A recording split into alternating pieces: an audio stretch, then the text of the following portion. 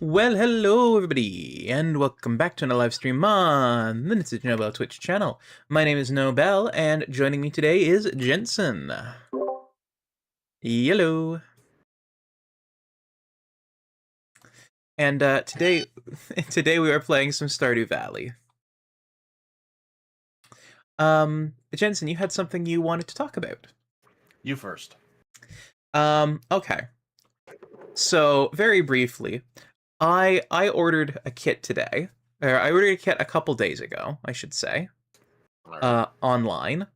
And so I'm like, okay, how much is it? Like, so it was a kit that was on sale that I wanted, and I thought, okay, I can go in person, but the sale might be over. They only have one in stock. They might, they might sell out before then because they only have the one in stock. Any number of reasons that they might potentially no longer have it, right?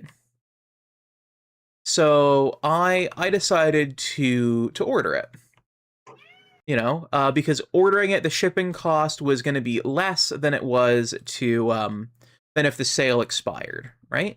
You might need to send the invite again. It seems to be borked on my end. Oh, let me do that then. Like it says, Nobel invited you to Stardew, but it's not giving me the fucking join button.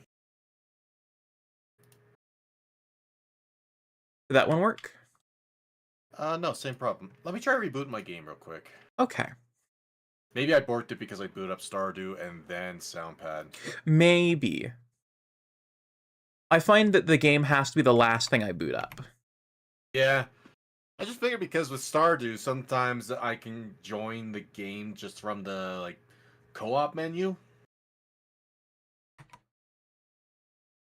But even that wasn't popping it up.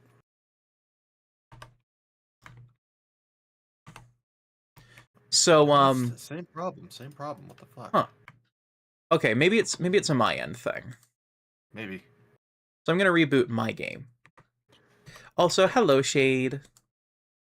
So two. Oh, now I got it. Now I got the button. Right after I've closed my game. God damn it. Yeah. I'll get some shoutouts going in a moment here.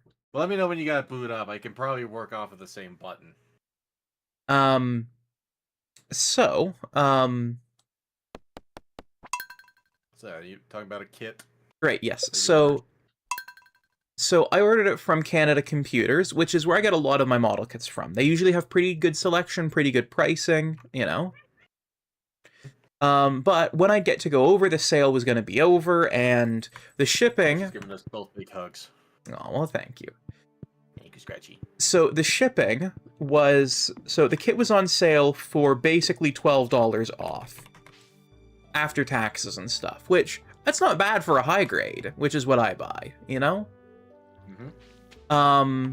The kit is normally, generally a more premium high grade, but it was on sale basically for normal high grade prices. And paying for the shipping was $6 after tax, right? So normally, Canada Computers ships with Canada Post, which is really nice. They ship in good times, things like that, right? Well, they went with a different company. I'm not sure if it's local or not, so I'm not going to be saying the name.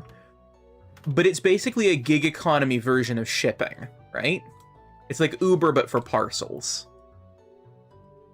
You got the world up? Yep. Okay. So, I go and I check the shipping, and it says that it will be out for delivery on the 8th, which is tomorrow, right? Oh, connection failed. Okay, let me shoot you an invite. Well, hold on, I saw it there on the co-op screen. Okay. But I might be doing something that might kind of fuck with me. Oh, and what's that? So when I was playing Crash Bandicoot last week for the relics, I switched from my Xbox controllers to the Zelda Switch controller that Weston gave me. Okay. And already I'm a little confused because A on Switch and A on Xbox are not in the same spot. So this might mess with, a little bit with my muscle memory. I see. Also, Floofy, welcome back, and I do hope you enjoy your golden cookie, and I hope you enjoy your wafer cookie.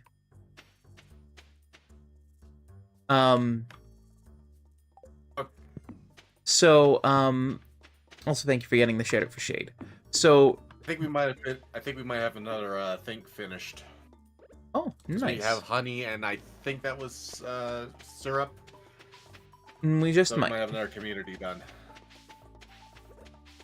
So anyway, I wake up today and I decide, you know what, I'm gonna check the shipping on it because maybe they'll have a time when it's out for shipping, right?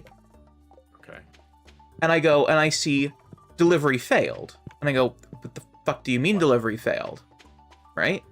And I check, and they require signature. Oh. And I look on some reviews for them, and the way they work is not that they come, they knock on your door, they ring your doorbell, but their policy is to have the driver phone you, and then if you answer, to say whether or not you are home, and to bring it to your door. And you didn't get phone? Well, no. So I did get a phone call, right? But so you know that I generally fall asleep in Discord voice calls with people. Oh shoot. And Discord voice calls block phone calls from ringing.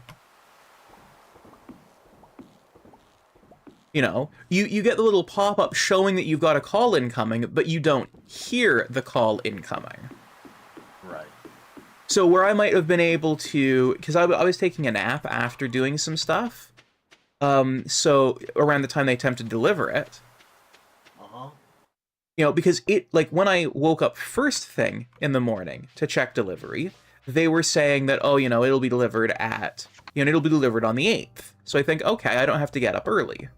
And I was also assuming they would just leave it on my doorstep because they didn't tell me that a signature was needed until they attempted to deliver it, right? I will say real quick, turns out we already had honey, so we got extra honey. Copper, thank you for the rate of 1, welcome in!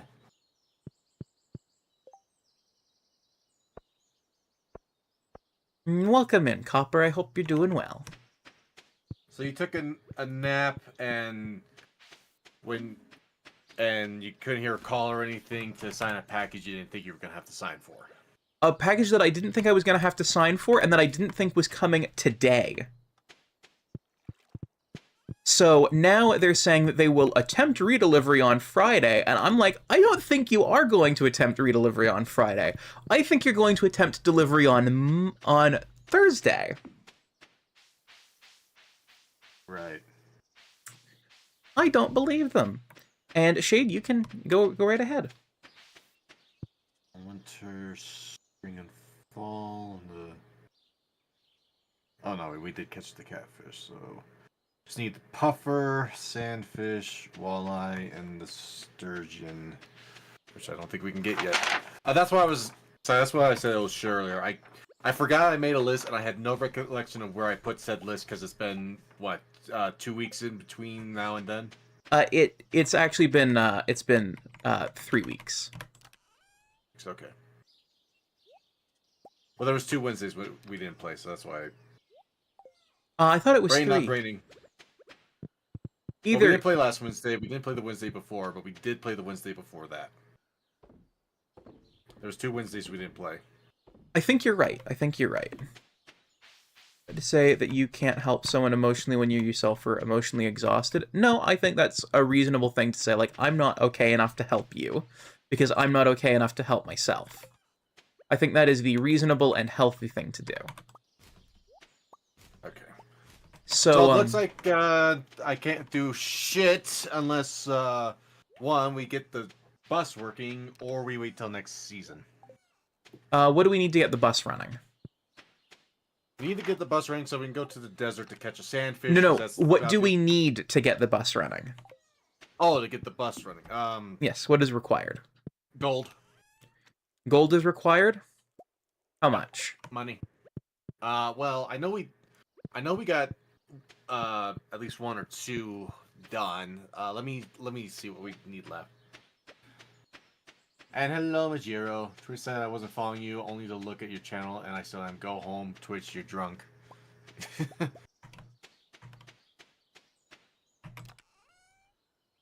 But thank you, Copper, for the raid. Welcome in. Alright, so we need... Well, we could get... No, we can't. We need at least 35,000 more. Okay, we need... One of them is 25,000, the other's 10,000. Okay. So we have 8,000 currently.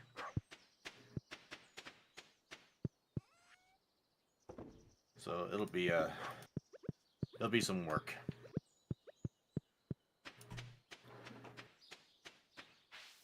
Oh, right, target locked on.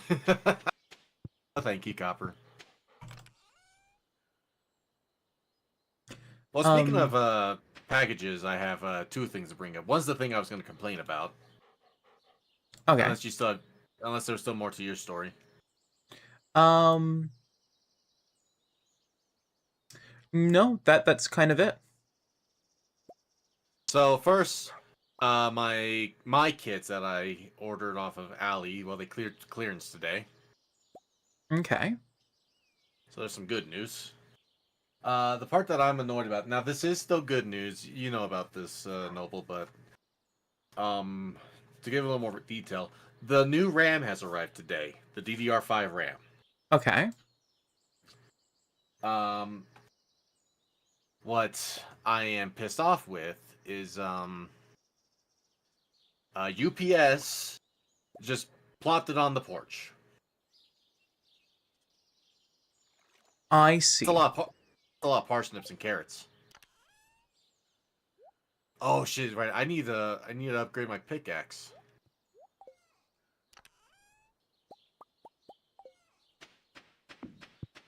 Just dropped. Okay, maybe not like dropped it, but they just placed it on the porch instead of the mailbox, which I bought a bigger mailbox for them to put packages in, but it wasn't even a big package. It could have fit just fine. They just put it on the porch, and I've had shit stolen from me. Hence why I got the bigger mailbox, and I put cameras in front of my house. This was all after tax and shipping. I spent about $400 on this RAM that anyone could have easily just got on my porch and grabbed. Yeah, that is bullshit. As soon as I had the notification that the package was delivered and I saw it was UPS, and didn't see them put it in the mailbox, I had to ask to step away from my post for about 10 minutes to race home, get the package inside, and race back to work. Yeah, that should not happen.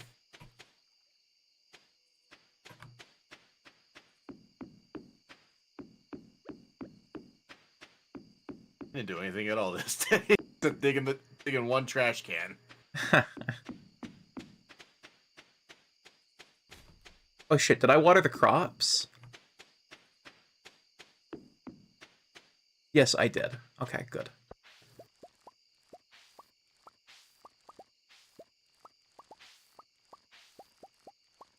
Yeah, that would be bad. Okay, yeah, this is throwing me off because controller. God.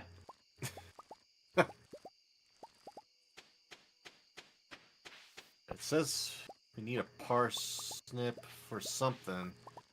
Oh, but we need 5. Five we need what? 5 gold star parsnips. You can have 5. I went and I checked the crops, and actually they were all ready for harvest. I completely missed that. I'm saying that was a lot of parsnips. Yeah, I then went, shit, should I water them? I checked them and it's like, oh fuck, they're all ready for harvest. So I'm gonna put 5 in this chest right here. 5 gold stars. Yes, there are now 5 gold star parsnips. Do we need carrots for anything? I don't think so. Okay.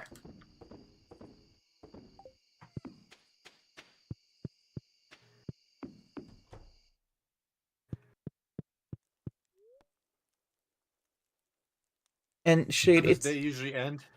mm, uh technically 1 a.m. I'm not gonna risk going over there. Yeah.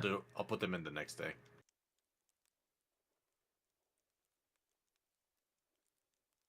It's all good, Shade. Oh crap. Oh no? Shit. Well, the maple syrup I used. Yeah. Oh, Scratchy found one of the new emails.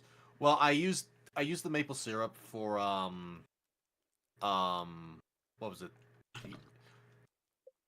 Which bundle did I use that on? Okay, I used it for the chef bundle. Okay. But turns out we need another maple syrup, which would have not only finished up a bundle, we would have had the bridge repaired. Oh no. So I gotta wait for the tap to give us more maple syrup so I can fix the bridge.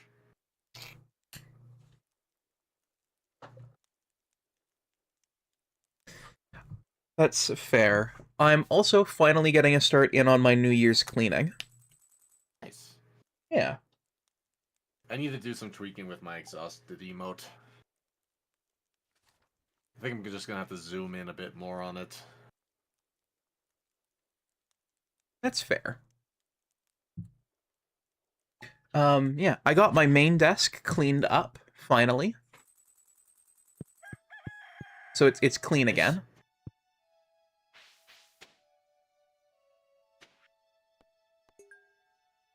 Craving a fresh apricot. I haven't been able to find one for Emily.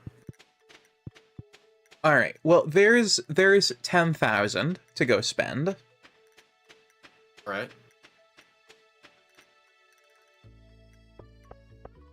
And then I'm gonna pick... Sorry, Scratchy says my New Year's resolution is to have a better year. that's fair. Mine is to have 7 outfits that I like by the end of the year. To do a new thing every week. And, that's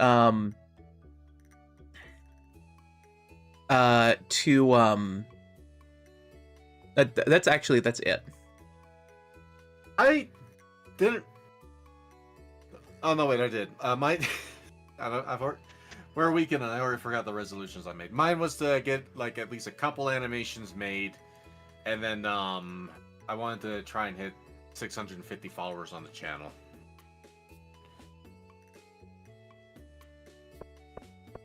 Because this is a slow-growing channel, so I figured 650 would be realistic. And why?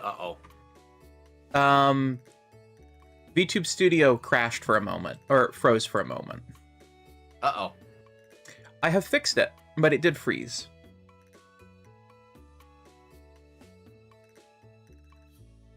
I just heal mentally, try to get out of my current location. Good luck, Copper. Scratchy. Also, Jensen, it hasn't hit me yet, but I've been getting the itch to watch again. The itch to watch. Welcome, Copper.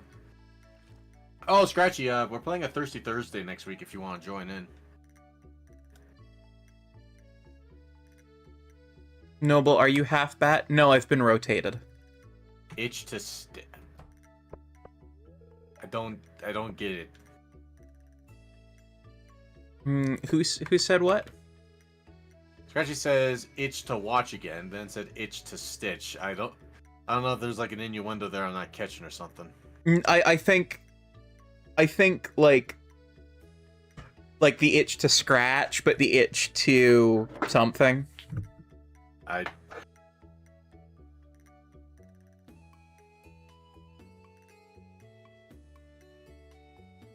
The 9-ball is just gonna need a second. Don't ask it again. It's just because of how the rotate command works. Okay, so for quality crops, we still need 2 things. Okay. And that could be five. They're all going to be gold star. Either 5 melons, 5 pumpkins, or 5 corn. We need 2 of those 3 things. Okay, those are all. It's to cross stitch. Did you stop? Oh, okay. Spring bundles. So we still need a parsnip. Thankfully, I did grab one. Oh yeah, and then the beans and the potato. That's what those crops was in front of your house. Was for this. Yep. So we still need a green bean and a potato for this. We still need everything that's needed for the animal bundle. Well, -1. We need 5 out of 6 things. We need either large milk, large egg, brown large egg, and a white large egg, a duck egg, wool, and large goat milk. All right. Well, those are all achievable. I just noticed you went spending. Should I spend the 10 on the voles, or should we hold off? You should spend the 10 on it. I was buying parsnips. All right. I was buying mini parsnips. Clearly. We should have enough to tile the whole crop area. Because I didn't find Emily to give her apricot.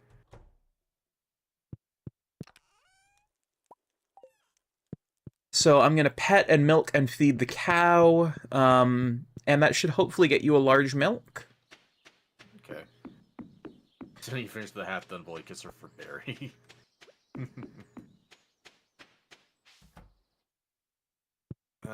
Fuck is Emily?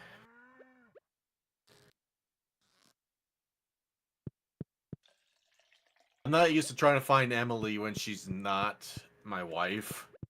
She's usually my wife within the first year. All right. I now have a large milk for you. There she is.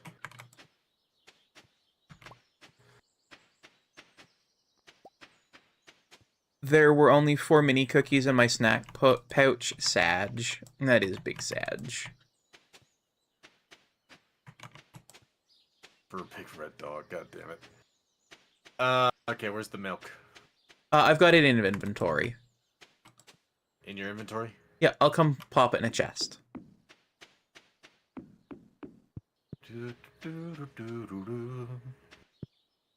All right, it is now in the chest that has the mushrooms in front of my house.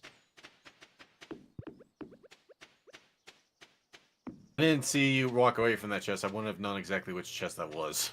Oh. To be fair, you could have checked for the one that had mushrooms. I don't know which one has. It's been.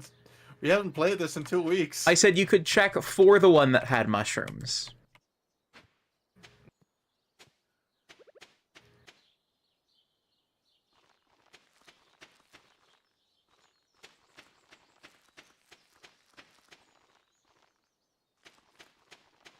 What the hell, shrinkflation? Yeah, shrinkflation has robbed you of more cookies in your snack pouch.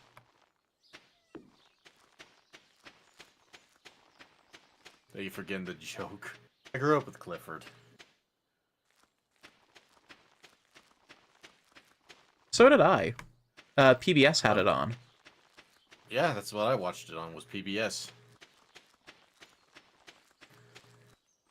Didn't they do a live-action movie, like, in, like, the mid-2010s or something? I think so.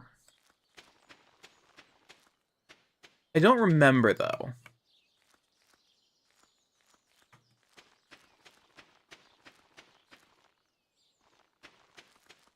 Oh, so I realized something today. Oh, and that is? So you know who Ian McGregor is, right? Yes. Right, just as they did. I don't think it was well received, though. Well, I found out he was in the movie Robots. He was Rodney Copperbottom. Oh, yeah. I didn't know this, but apparently this was also his first role where he had to use an American accent. Which is probably why you didn't clock him. He's most well known either for being Obi-Wan Kenobi or for being Irish. Scottish? Well, the thing is, Whatever I he didn't know is. I didn't really know he did voice acting unless it was the occasional Obi-Wan. I mostly recognize him via face, not fucking voice. Okay. Yeah, he does voice acting sometimes. Not a lot after looking at his behind the voice. No, not a lot. I bought just enough parsnips to fill this up. Like an exact amount? I have like a dozen left over. Okay.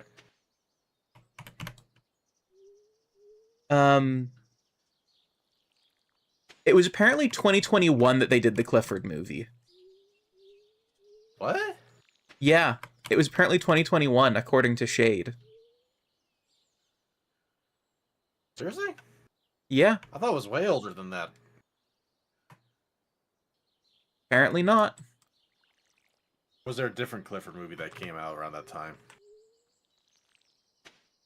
Maybe? Let me see.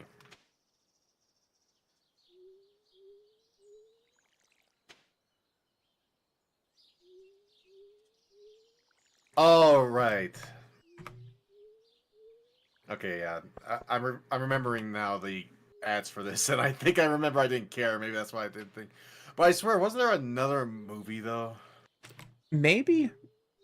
Let me ask Ziggy. Ziggy, was there a Clifford movie during the 2010s? Okay, it was, No, what I there was wasn't thinking a is Clifford Clifford's movie. really big movie, which Ah. was 2004. Okay, Red Dog. November Ziggy. 2021. that'll be all. Perfect. Hope you enjoyed Okay, learning Clifford's movie time. This, yeah, my muscle memory is really messing me up because now I have to press basically the top button to swing and use my weapons when I'm used to it being the left button. Okay. Whereas Oh. the left button boots up the menu. Oh, by the way, do you remember that time that the Alexa that I have in my room was acting up, like, and it kept listening? Yeah, it was Yeah. kind of creepy. Yeah, I found out what was going on there. What happened? So the newest update included a feature called continuous listening mode, where once you ask a question, it will answer and wait for you to ask a follow-up question for like 5 seconds. That way you don't have to re-say the wake word to wake it back up. It just means if you move on from the question that you asked and start talking to somebody, it assumes you're talking to it. And so it waits until you stop saying what you were saying, or you finish the thought that it thinks is what you're asking, and then it responds to it. So I have disabled it. It's still more chatty than it used to be, though. Gotcha. Yeah, I love blowing people's mind with that fact with Johnny Depp. What Johnny Depp fact? Sorry? How his like first movie was Nightmare on Elm Street. Oh, shit. Yeah. Oh, one moment. That's fine.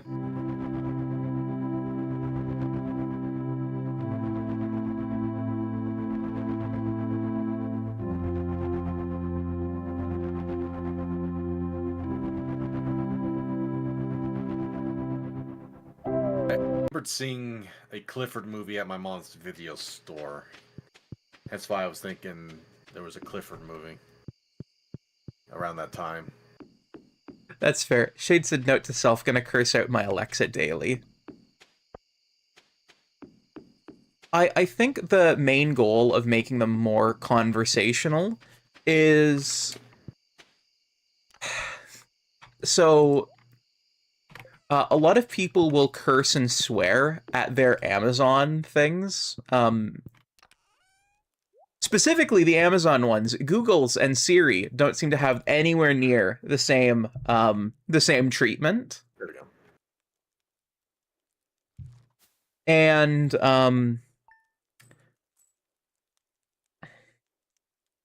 yeah, it was throwing me off because A and B are swapped and X and Y are swapped oh geez. between the Xbox and the Switch controller.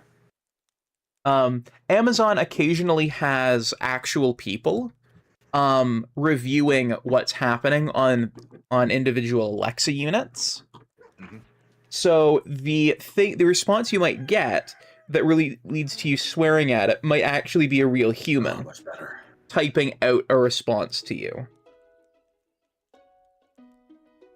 She says Siri hates me and is always extremely snarky to me. I will say, if I start playing my Switch copy of Stardew again, that's when I'll probably switch to using a Switch controller here on PC. That's fair. I'm But honest. to be perfectly honest, I've been debating on just buying it again on my PlayStation. And Shade, I think they're trying to reduce their workers getting sweared at by making them generally more conversational, which has statistically lowered the rates at which voice assistants get sworn at.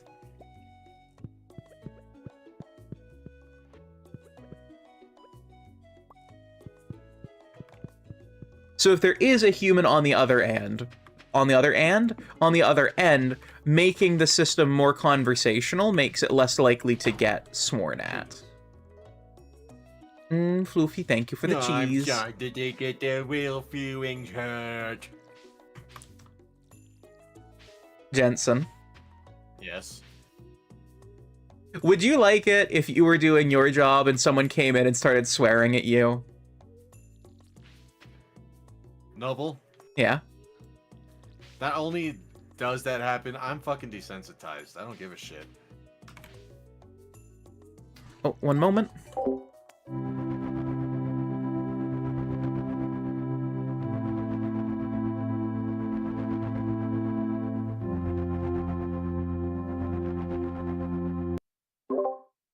Okay, so my question is, should that be the way things are? Should people come into where you work and swear at you for doing your job? Should it be the way things are? No, but it is how the way things are. No, but Amazon is attempting to passively discourage that rather than, like, actively making it against terms of service to swear at your Amazon Alexa or whatever. You know what I think? What? Stop being fucking pussies. Grow some backbone.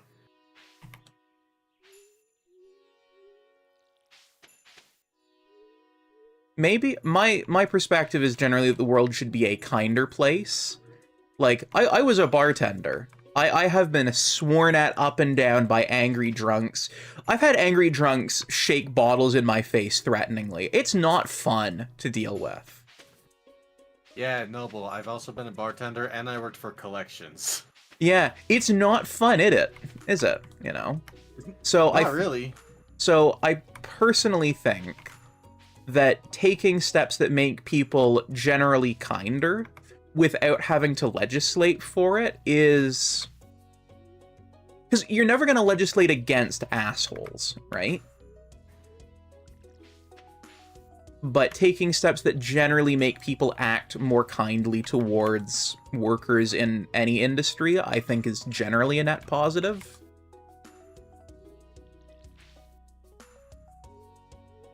Like, obviously, you know, like, it shouldn't be, like, just completely like, oh, I had a, customer yelled at me, I'm taking the rest of the day off. But, like, making it, like, I know, for example, that, one place near me, where I go to, says if you yell at the workers, they reserve the right to not serve you anymore. Yeah. They basically say, hey, if you're an asshole, they can just say, all right, fuck you. I'm walking away. Yeah, we have that. Yeah. And so... So we already have essentially a sort of counter against that. Yeah. But for, jobs where it's not so easy to walk away, they're, some companies are trying to mitigate that, you know? Okay. You know, like... If I can give a counterclaim. Okay. So, I mean, we could try as much as we can to try and minimalize it, but there's never gonna be like a fucking stop to it. Like that's gonna be a given. Hmm. And but if we try and bring like a minimalize to it, then we're people aren't gonna develop like hard skin or a backbone to it, and everyone will become just oversensitized. You know, it's kind of like well, it's say like you get hurt or you're like you do like a hard workout. Let's say like a hard workout, for example. You gotta tear the muscles, and it's gonna hurt. You're gonna be sore, but as they recover, they grow stronger. You got there's a reason why there's a phrase "no pain, no gain." You gotta take pain to get stronger. So that's both true and it isn't. Just sticking with muscle for a moment. Strength actually comes through the muscle being more elastic, right? Tearing the muscle actually slows that process down.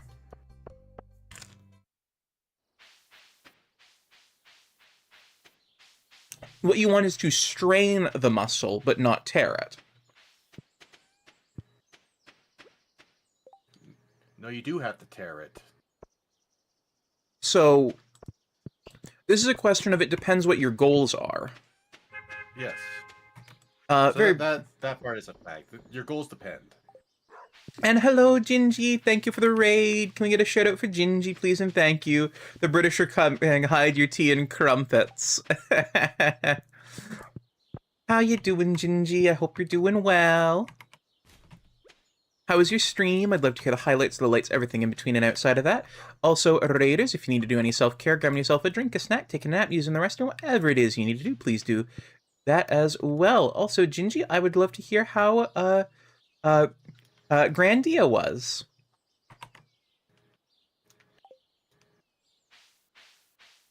After this clip plays, I'll continue my thought. All right. I'm glad it was grand. I am doing well. So bodybuilders have these very big, flashy show muscles that we assume are very strong, right? And it is genuinely true. They are strong, right? Yes. But look at strong men, right? Like, specifically, like, those people who are, like, strong men as a profession, they do not have those big, bulgy show muscles, right? They often have very round skin because their muscles aren't full of scars, they're actually very stretched. And as soon as they tense them up, they get those big, showy muscles. But when they're relaxed, they're very smooth. And so if your goal is generally to build core strength and other muscular strength for its own sake, you actually want to strain the muscle but not tear it. If you want to get that big show muscle, you want to tear it and strain it at the same time. Tearing it without straining it will just result in injury. You know? Okay, but the thing is, you're still having to cause some sort of stress onto the muscle. This is still affecting the same factor of what I'm saying. There has to be some form of amount of stress for there to be gain. So that's fair. That's not even like a counter to my comparison. No. I'm just saying, if the goal is strength, tearing it is not strictly a requirement. Straining it is the requirement. Okay, yes, but we're not exactly talking about muscles. We're talking about fucking people needing backbone, and I was just using muscles as a comparison. That's totally fair. I was just, like, I happen to know a thing about that because I got looking into it when I've been looking at losing weight and exercise and stuff. Mm-hmm. I was told the same. What I'm sharing is something I was told when I was getting into back into bodybuilding back in 2018. Bodybuilding. Speaking. That is specifically where you want to tear muscle because you're trying to make showy stuff. You're trying to make it look good. bodybuilding is another form with. I just picked a sort of group for lifting weights because weightlifting helps with the afterburn effect to help burn calories And that's fair. and fat. That's fair. Whereas I generally go more for cardio because my goal is just to burn calories. At least trying to do a little bit of weights can help with the calories. I'm not saying you should try and work on building muscle or anything. I'm just saying it can help you try and burn some excess calories with the afterburn effect. Oh, yeah. Like, when I go for my walks, I've got, like, 10-pound weights on my wrists and ankles. So there's actively weight being used there. It's just not, I'm not doing deliberate weight exercises. It's in tandem with cardio. Right. Though if your body is getting used to the 10-pound weights, it might not be a bad idea to give it a slight increase every now and then. Oh, yeah, and I do intend on doing that. But anyway, like another comparison going back to the topic would also be like, well, getting sick, because you get sick when your body isn't quite used to a disease, but when you gain the disease, your body now recognizes it and can fight against it, so you're less likely to get sick from the same disease. So that is true. One area where things may differ with emotional stuff versus like physical stuff is disposition. Like, some people don't gain a thick skin, they gain a shell, and nothing positive or negative can affect them. Sure. And it's like, that's not ideal either. You know, like, they could, you know, absolutely land their dream job and be like, okay. Like, it doesn't do anything for them, positive or negative. You know, sensitivity is useful, so is resilience. Both are useful. And Shade, thank you for the meme. Right, because sensitivity is just how much things register to you. Resilience is how you handle them, is sort of my perspective.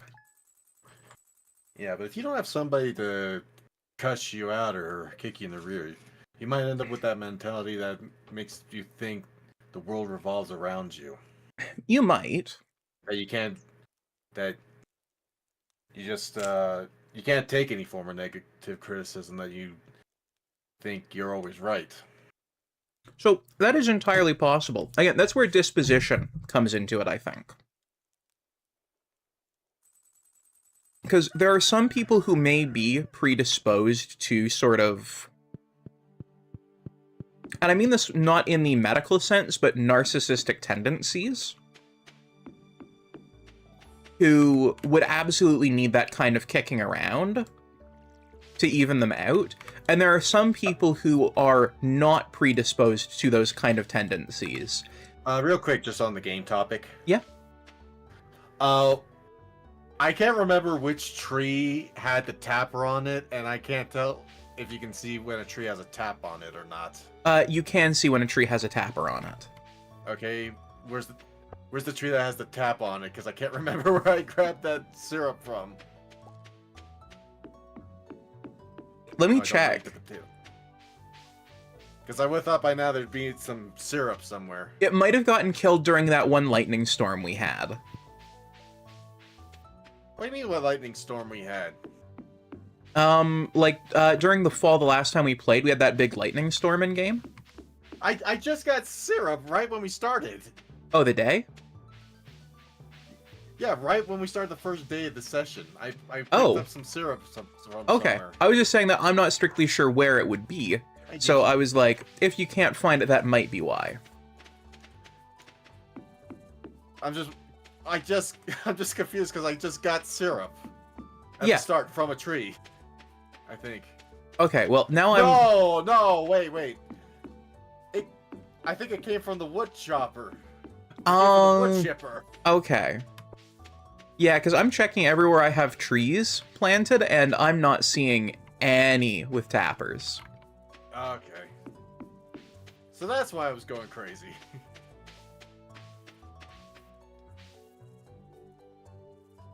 But yeah, like, do you get what I mean about how some people are less predisposed to being, for lack of a better word, shitty people? And how the kicking around might not be strictly necessary? I still think it might be some bit of necessary, but that being said, there's like what's the word? There's such a thing as too little and too much. Yeah. There's also the potential of what's called the backfire effect, right? Like strict parents don't always make obedient children. Sometimes strict parents make sneaky children. Again, it's kind of just all depends on how it's done and how much is done. But also every person's different. Yeah, every person is different, you know? Like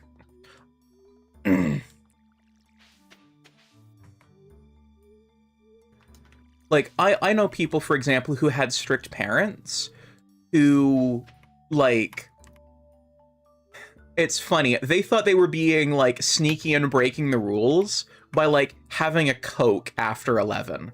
And I don't mean cocaine, I mean the soda. I kind of figured you meant soda. Yeah. You know. You know, they're like, ooh, it's so rebellious, I'm not even supposed to have soda, you know, and I'm having a Coke, which has caffeine, and I'm not allowed tea after 11, so I'm doubly breaking the rules, hee hee hee hee. And it's like, something is deeply wrong in that household. I'm sorry, but you know what that kind of just reminded me of? What? Hey guys, my mom is so cool. She's let me drink cola. Now I'm playing Minecraft while drinking cola. Yippee! I'm playing Fortnite and drink cola. Yippee! And yeah, the medic version. Yeah, and it's like,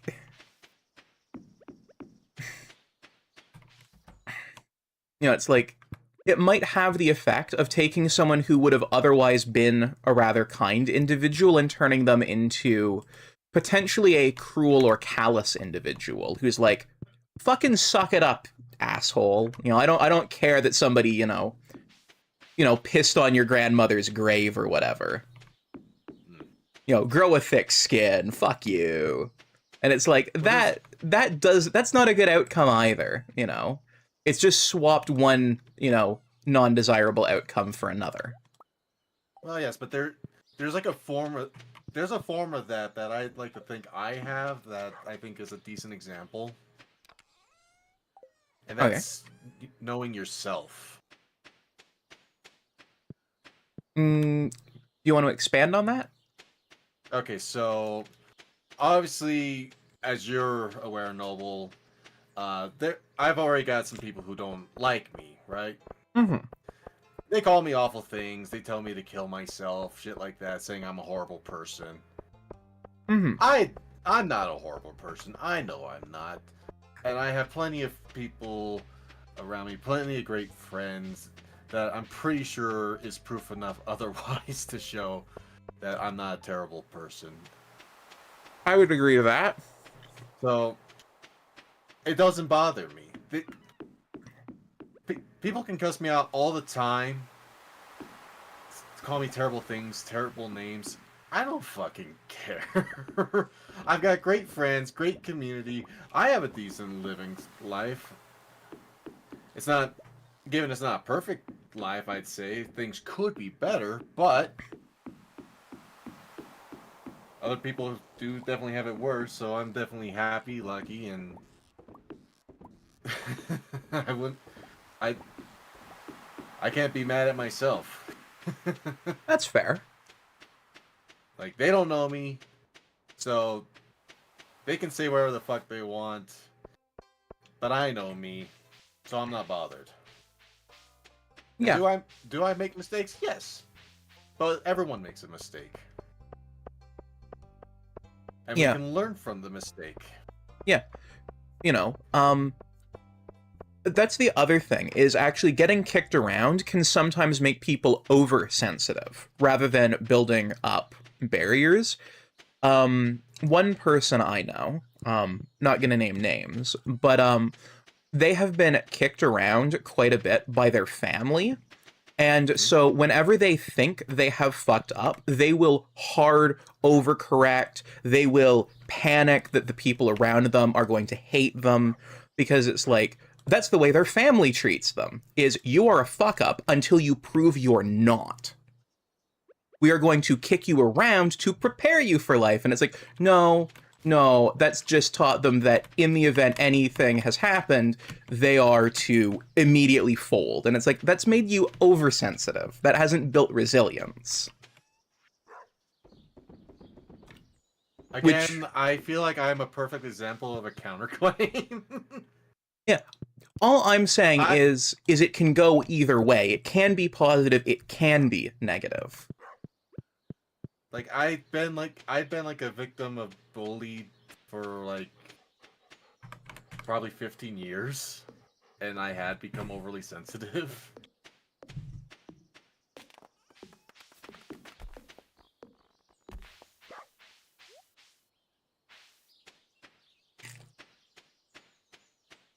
Admittedly, those were not happy, fun times. It has affected me by being a bit of a stress eater. Which is not ideal.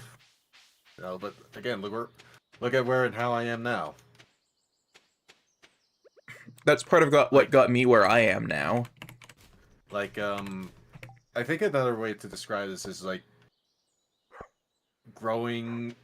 Well, not growing up, but growing and gaining experience. Because like, oh fuck! What? I forgot I had this ancient doll to donate. I forgot I had it, so I thought I could make it to the library in time. Oh, no. I missed it right on the fucking mark. I got to the door right at 6 p.m. But anyway, where I was getting at is I was extremely introverted, kept to myself, overly sensitive, always fearful and paranoid. Admittedly, I still have a bit of paranoia, but that's kind of evolved and changed. Yeah. But after 2020 hit, and I hit like my lowest point, where basically everything that could have gone bad did go bad. I sort of gained the mentality where I just didn't care about anything anymore. So like I was also at that point where anything good that was happening at first, I was definitely like, okay. And then, well, shit would get better, and I'd feel better, and then shit would hit the fan again, and I'd be back down on my luck. But I think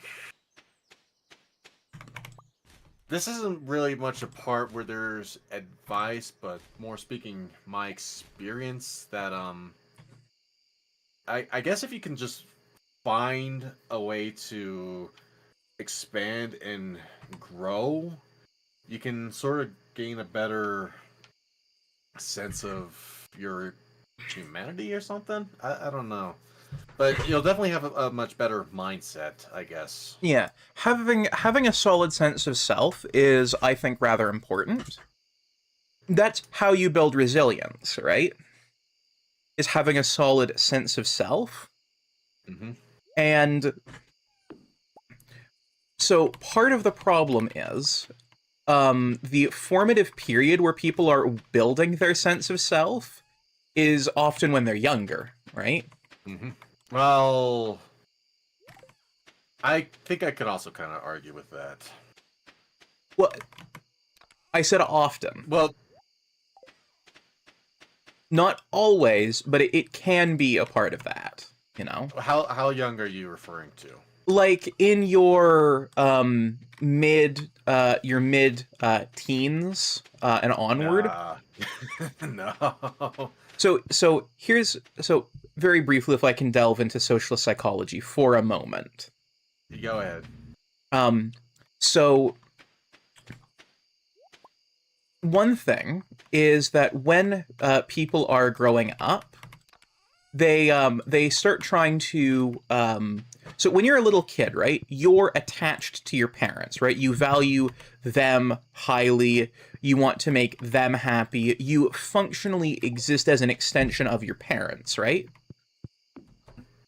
And once you start becoming a teenager, one of the things that tends to start to happen is that you start to value the opinions and behaviors of your peers over the opinions and behaviors of your parents. That is the statistical trend, not a rule, but that is more often than not the way things behave. Because what you're doing is basically becoming an independent, functional human. Mm. Now, if one is constantly being kicked around a lot, what is likely to happen is they will withdraw and not develop a strong sense of self. They will either see themselves continually as an extension of their parents, or if their parents are the one kicking them around, or kicking them around as well, they will develop next to no sense of self. Well, that's a case where we can go on the argument of it being bad parenting. So that can definitely be part of it. And when I say kicking around, I mean, like, it's obviously relative to the child, not relative to what the parents consider is kicking someone around. Because, like, one thing I hate, and this is something that my dad does, is whenever I drop something, he'll go, "Oppa!" And it's like, yeah, thanks for making everyone aware that I dropped something. That's lovely. Because I'm like, oh, I dropped it. You know, like, when it's just me, I'm like, oh, shit, dropped it, gotta pick that up. But when he's there and he goes, "Oppa," it's like, yup, I know, I dropped something. Like, I don't particularly like that, right? That would be annoying, yeah. Yeah, but a lot of parents would go, well, that's not, you know, making fun of my kid. And it's like, right, it probably isn't. But a lot of parents, like, for example, will tell, you know, like, embarrassing stories of their kid to their kids' friends, and it's like, yeah, just hand the kids' peers bullying material. And it's like, you know, and so, but the thing is one kid might be perfectly fine with that. Another kid might not be. And so the what counts as kicking around is generally more dependent on the child than what the parent evaluates, you know? If I could say something. Yeah. So, two things, Noble, two things. Yeah. One, we've all done stupid shit as kids. Oh, yeah. We don't know any better. It's all it is just us growing up. Our parents have done stupid shit that their parents have shared, and Yeah. so on and so on. We're not new to this. Oh, I fully recognize that. That's why I say it's also relative to the kids, right? And second, and my mom is a victim of this. She has her stories as an adult that I have shared on live streams and in front of my mother. Oh, no. So, they might have their stories, but doesn't mean you won't also have your stories of them to share. Why do you think now I have the emote of my mom with a chainsaw? Yeah. The thing though is, like, I know with my parents, if I was to share those stories, I would be in shit. Like, it would be oh, that's what you're going around saying? Okay. Here's the new rule. And it's like, but if they do those things that I don't like, it's like, yeah, just gotta live with it. Yeah, well, you know what I would say? Tough shit. You're gonna be a hypocrite. Well, tough shit. I'm gonna do it anyway. Yeah, like I say, I think it's all relative to the individuals, you know? Like, these are the statistical trends. And actually, as you point out, right? So you were older as you began to develop your sense of self. This guy just says real quick, when it goes those both ways, it usually shows a bond. I'm the same with my mom as well, Jensen. Copper says that's not how that works. You get threatened if you backtalk. So? Let him threaten. Yeah, the part is when they have follow-through on those threats. Well, that's more problems on their end. That's not your problem. Depends. Also, I got an ancient seed. Nice. Yeah. All I'm saying is that I think the world would be a better place if people were kinder at large.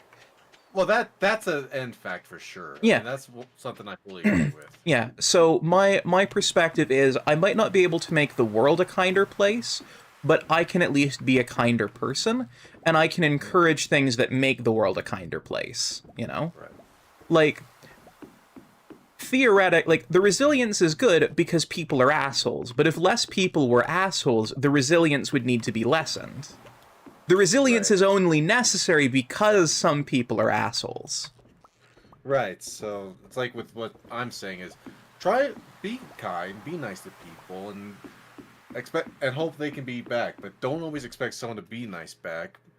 But yeah, be nice, but also try and have some resilience and backbones for those that aren't going to be nice, because Mhm. that's gonna happen. Yeah. So it's like, be nice, but be prepared. Yeah, and actually, the biggest way to build resilience is actually the way that you and Krista and Weston are with each other. Yeah, we can Where- share shit, but we love each other. Yeah, that is actually the fastest way to build resilience, because if you can do that with each other, that means that you all have very secure senses of self. Obviously not targeting things that you know are problematic with each other. Right. And if we did go something too far, we say something, if it becomes touchy, then obviously we won't do it again. Yeah. I know I don't given- generally... Sorry, go ahead. But given how long we've known each other, we kind of know each other enough.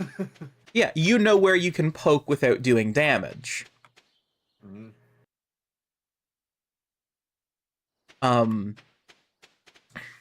So my perspective on things, and so you've probably noticed that I don't get into it with you and Krista and Weston and stuff, and you guys don't get into it with me. It's not because I'm like, Real quick, Noel, real quick. Copper, I would say for something like that, that's where you just don't give it your time of day or anything. Like, if nothing changes and there's no positive towards it, if you can avoid it, just avoid it, give up on it. It is not worth losing your time over. There are Yeah. cases where you should know that it's not worth your time to just step away. yeah. My perspective on it is that I do want the world to be that kinder place. And so that's kind of why I don't get into it, because it's like I want to put forward, I want to be an actively kind and caring person, and so from my perspective, the best thing I can do for that is to treat everyone that way. To be like, I'm going to be kind to people. I'm going to show Well, this people. is the whole treat others how you want to be treated Yeah. scenario. And it's not that I can't take jokes that go at me, depending on what they are. Mm-hmm. Because there are some soft spots that some people have decided to poke with rampant Drumstick. abandon. Yeah, a drumstick. There we go. It's like, It's not a sharp stick, not a drumstick. oh, it genuinely sounded like you said a drumstick. How did you hear drum out of sharp? I don't know.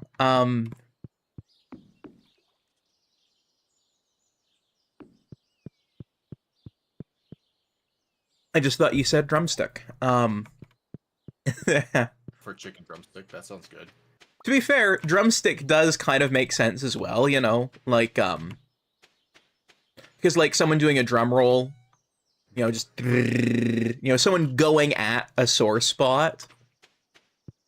Marcus says, I'm trying to do right by Mr. Rogers. I fail, but I keep trying. And that's the other thing, is just keep trying. Yeah, And Riley says, I want a drumstick. Ice cream drumsticks are pretty fucking good too. Oh, they are. They are. Those are my favorite kind of drumsticks. Above the instrument. I haven't had an ice cream drumstick in fucking years. Sounds good. Blame you on that, Noble. Pardon? I blame you. Why do you blame me on you not having a ice cream drumstick? I blame you for making me want a drumstick. Oh. I'm not blaming you that I don't have any. I'm blaming you for me wanting one now. I'm sorry. I got a text and my brain was reading that as you said, I blame you. And I'm like, what did I do to stop you from having them? No, what's stopping me from having them is me going back on the diet. Oh, actually, fucking, I know we're really getting off topic, but considering I just started back on the diet Monday and I went to the gym yesterday, I went to the grocery store to pick up some food. I think, what the fuck did I picked up some salad stuff and then some cat food. That's what it was. And I go down the discount section, and there were just boxes and boxes and boxes and boxes of honey buns. And I'm like, no! Oh, no. Why now? Oh, no. I love honey buns. Oh, speaking of the diet and exercise and stuff like that, apologies about that. My stream on my phone for when I type out the raid message later suddenly decided to make noise. I don't know why. Feelings are kind of weird. They vary between people. They do. No two people are the same. Yeah. So I wanted to honestly start back off walking. But given how icy everything is, I can't. So I've mostly been doing Pilates. Feeling eepy? Aw, eepy gingy. We had a little bit of snow today. We've been dealing with ice storms. We had like 3 minutes of barely light snow and then nothing. I would trade my weather for your weather, or at least an in-between of our two weathers. I would say give us that weather fully. It would suck, but we need it. This winter, we've only had like 4 snow days. Oh no. Entirely, with them being weeks apart.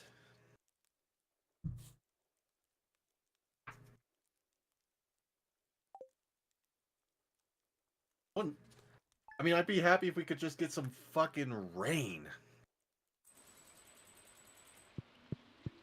Speaking of rain.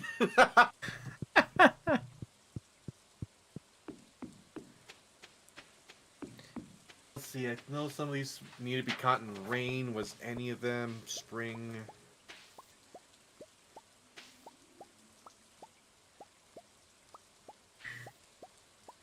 We do tend to get a bit philosophical on our Stardew streams, don't we? I think it's because it's a more chill thing, so we can just sort of chit-chat, you know? We have a little more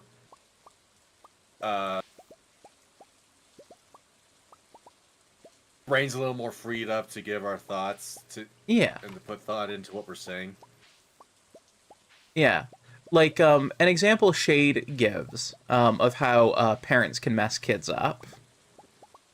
And I'm kind of mixed on this because I understand the reason for the reality on both the end of the parent and on the end of the child. So Shade says, I was closed off of pretty much any social media app growing up when everyone else in school was obsessed with them, and yet my parents wonder why I haven't been sociable as an adult. You want to hear something really fucking funny? What? I was the opposite. My parents got hooked on Facebook in Farmville, and they kept asking me and my brother to join Facebook to help them, and we were just like, we don't give a shit about social media. Yeah.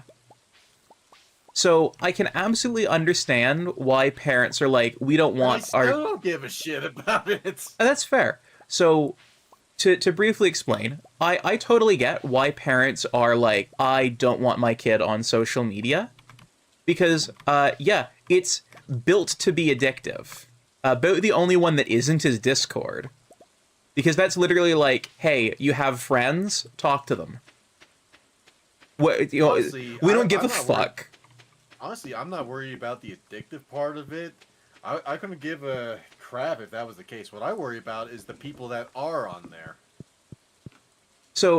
Yeah, that's the other thing. So because of the way social media needs to be or it doesn't need to be profitable the way that it is, because they're obsessed with being profitable, and chasing profit at all potential, like finding every potential avenue for profit, they will do things that are net bad for their customers because it is net good for them as a company.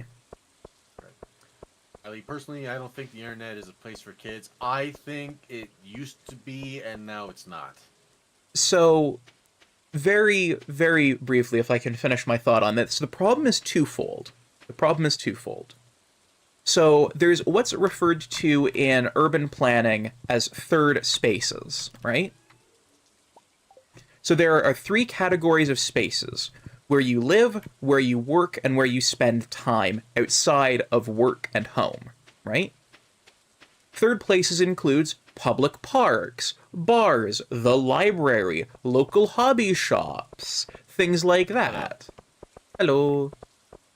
Be funny if we were heading to the same place. Where are you heading? I'm heading down to the docks. Are you also heading to the docks? I'm gonna go fishing. I want to max out my fishing stats. That's fair. I want to buy more bait and work with my traps. So, the apps are designed to be addictive because We don't eat the squid! Oh, no. I'm still getting squid in the chat. Oh, hey, Jensen. What? Don't forget to get the squid. Okay, I'm done. Good night, everybody. Oh, come on. We were just talking about this. We were literally just talking. That's why I thought it would be funny to do that. So, like, when I was growing up, the small town that we were in literally only had one place to go and be social up until I was 10, and that was the library, which was, I kid you not, a table surrounded by bookshelves, and there were chairs around the table as well, in the bottom of the church. It was a public library, not affiliated with the church. They just rented out the basement to do the library. You could have up to 8 people in there. That was it. We didn't have a bar. We didn't have restaurants. It's a town of 87 people, you know? There isn't support for any of that. There aren't the people there to use it, right? So, growing up, it was basically, I was at school, or I was at home doing chores, and that was it, right? But in cities, third places are a lot more common, and historically they've been a lot more common in towns as well, you know? Like, historically, you know, you'd have, you know, the general store, you'd have the town bar, you'd have a place where people would go and eat, and all sorts of things like that. But those didn't really exist where I was growing up, because a lot of those things existed not as for-profit businesses, but as sort of community-run things. But in the quest for ever-growing profit, like, a lot of those places have been shut down. The other thing is, I know in several regions, people over the age of 18, unless they're accompanying a child, are generally not welcome in public parks. Like, so I know that at least under Ontario law, just, like, so if I was to, we have a really nice public park not too far from where I am. And it's not just like, oh, there's a play set and things like that, like, but there's like a nice wooded area and things like that. Under Ontario law, if I decided that I wanted to go meet up with some friends in the city. I don't have friends in this city. I know basically the people I'm related to here, and that's it. But supposing I did, we couldn't go and hang out in that park for more than 30 minutes in the forest. We couldn't get a pack of cards and play a game set on one of the tables, because then we would be loitering. And loitering is the crime of not doing something in a public place. What a stupid crime! God damn it. Close Like, place again. oh no. Like, so... Mind if I share something funny real quick? Sure. So, y'all familiar with how I give Weston so much crap when he'll play a game with a controller when I think a mouse and keyboard is better? Yeah. Well, I sent him this video talking about how a mouse is better than a controller, at least in the aspect of moving. And it explains it very well and technically and all that. And he just sends me a picture of a Naruto character brushing his hair in the wind, as it says, "Rage bait of that level doesn't work on me." That's a Western response.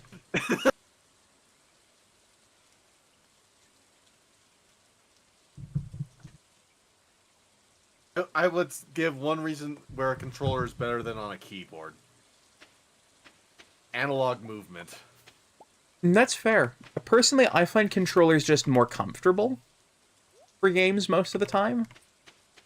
But it varies game to game. Yeah. Yeah. That's also why I said personally I find controllers are more comfortable depending on the game. Yeah. Because it's a person-to-person and game-to-game thing. Like... Yeah, like something like this. I find much better with a controller because I can just sit back and relax.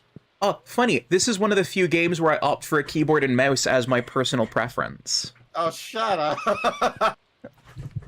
Okay. I give up. Okay. Do you want to know why I genuinely like Stardew better on keyboard and mouse? Why is that? Okay. Because I can lean back in my chair and just sort of relax my hands on my armrest and on my keyboard. You know, and there's no, oh, I'm holding this controller and I've got to make sure. It's just like, okay, my hand can just sort of flop here. You know, I only have to move the fingers where relevant. Meanwhile, for a game like Helldivers, I'm like, yeah, I want a controller because I'm actively holding it. I'm actively doing things. Okay, so your reason with the keyboard is my same reason on the controller. Yeah. I can sit back, relax. I can just have my hand on my lap while my arms are on my armrest. Just chill. I don't have to be hunched over or anything. Whereas with, say, Helldivers, I prefer the mouse and keyboard because I'm into it. I'm over on my desk and I have quick movement and reaction while using the mouse. So if something is right behind me, I can quickly turn around and I have easier and quicker chance to get a headshot than trying to very carefully use a joystick to try and aim at a head. You know, that's very fair. We literally have the opposite reasoning. We literally have the opposite preference on the same reasoning. Yes. I also find controllers minimize my chances of misinputs. Whereas, well, okay, yeah, that one's fair. Well, because I there's... think it also depends on the game. Yeah, like high action games, I tend to prefer a controller because, well, I also grew up playing console shooters and console games over PC games, so my brain may think of keyboards as a video in the way I think of them as a video game device. Like, I don't do that thing that I was taught to in typing class where I locate the home row with Level F and 7 J, and, you know, my fingers are on A, S, D, F, and J, K, L, and the colon/semicolon. I have my left hand on WASD and my right hand on the mouse. Mm. You know? So for me, everything exists from those 2 points, is from the mouse or from WASD. See, whereas when it came to like shooter games, at least once we reached like the PS3 and Xbox 360 era, that's where I started to gain a distaste of first-person games with a controller, because I didn't find them fun. I actually had difficulty trying to play them. But once I made the switch to PC gaming and played FPS games on that, I found them a lot more enjoyable and a bit more endearing, I think. And see, I grew up on the Wii, so for me, motion controls are a core part of how I play games. And I did not grow up with a Wii. I did not grow up with motion controls. yeah, so actually, this is an interesting thing for me. I have an Xbox controller that has an attachment for it that gives me 6-axis style tilt controls for my camera stick. So I literally get the precision of a mouse and the quick responsiveness of a mouse on a controller. Scratchy is being a slut for hugs. Aw, hugs are excellent.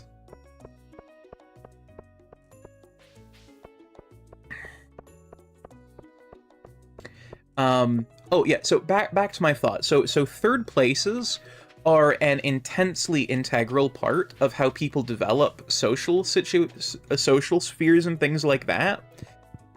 And basically, since the 1990s, those have been diminishing more and more, like where you can find them. And so the internet has come to become that third place. Jensen, did you plant? Jensen, did you plant something in the farm? Yes. What did you plant? I don't know. Ah, they were just random seeds? Yes. Okay. So you want to hear something kind of sad? Yeah. It is on topic with what you're saying. Okay. So, my town has gained less and less of a, like, what were we calling, like a third place? Third spaces, or third places. Third space. Yeah. So that third spaces or third place, we've been getting less and less of these, especially after we had lost our bowling alley. Yeah. So there isn't really a lot of good third places. Like what we have for, say, adults, there's like a couple cafes and a number of bars. So there's that, and well, there's golf courses. Yeah. But I've realized when it comes to kids, there really isn't much of anything for kids. Like the parks have been falling apart. Yeah. We don't have a bowling alley to go to. There's no like arcade or anything. We did gain a skate park, but that means you have to be a skater. Yes, you'd have to be a skater. And even a basketball court area we had, well, that got shrunk down more than half its size. Mm-hmm. The free pool we had, well, when they demolished it and rebuilt it, now you have to pay to go there. It's not free anymore. Yeah. So, you know what's replaced those third spaces? I can tell you what replaced them here. Okay. And this is why it's sad. Juvie and jails, because a lot of these kids are having access to drugs. Well, that's doubly not good. No, it's not. But also, social media. Real quick. Sapphire, thank you so much for the raid. How was stream? Made more necklaces? Oh, that sounds sweet. But this could be another reason why... oh, crap. That's a 0, not an O. I think that might be another issue as to... at least with the locally area, we have a lot of drug people. And where do a lot of these drug people go? They go online on social media. And, well, here's all these kids also going on social media. Yeah. Well, and the other thing, too, right, is... So, because of the way social media is built to value... Okay, so social media exploits... I'm gonna be technical here for a moment. It exploits dopamine pathways within the brain to retain market value. Right? I actually can't hear you over the clip from the shout-out. Oh. I just didn't say anything because I was barely gonna hear myself. Okay.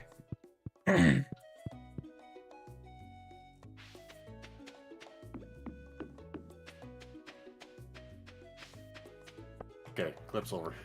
Okay, so social media exploits the dopamine pathways in the brain,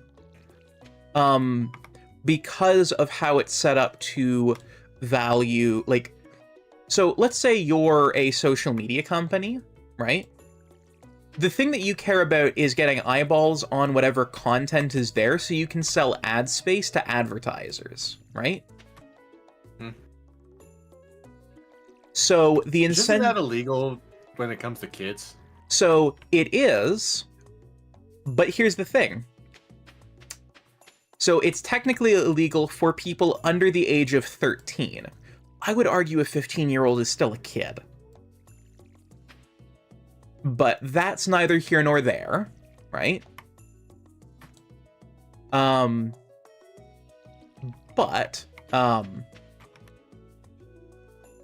So the incentive structures that social media has, right? You want to get likes, you want to get shares, you want to get engagement. These are the things that they're set up to prioritize. And you know why that is? Lunar, thank you for the boop.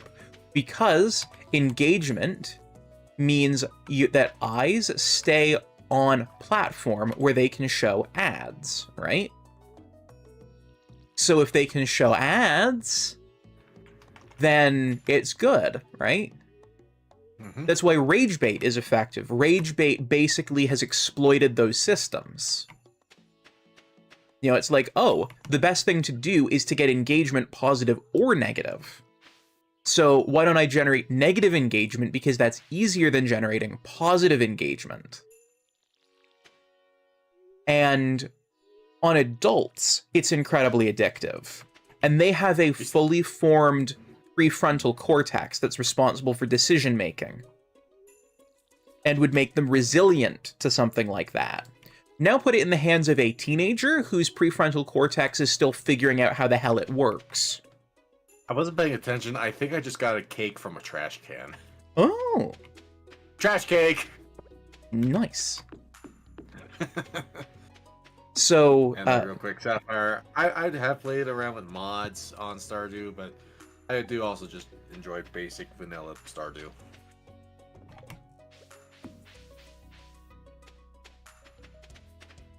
Hello.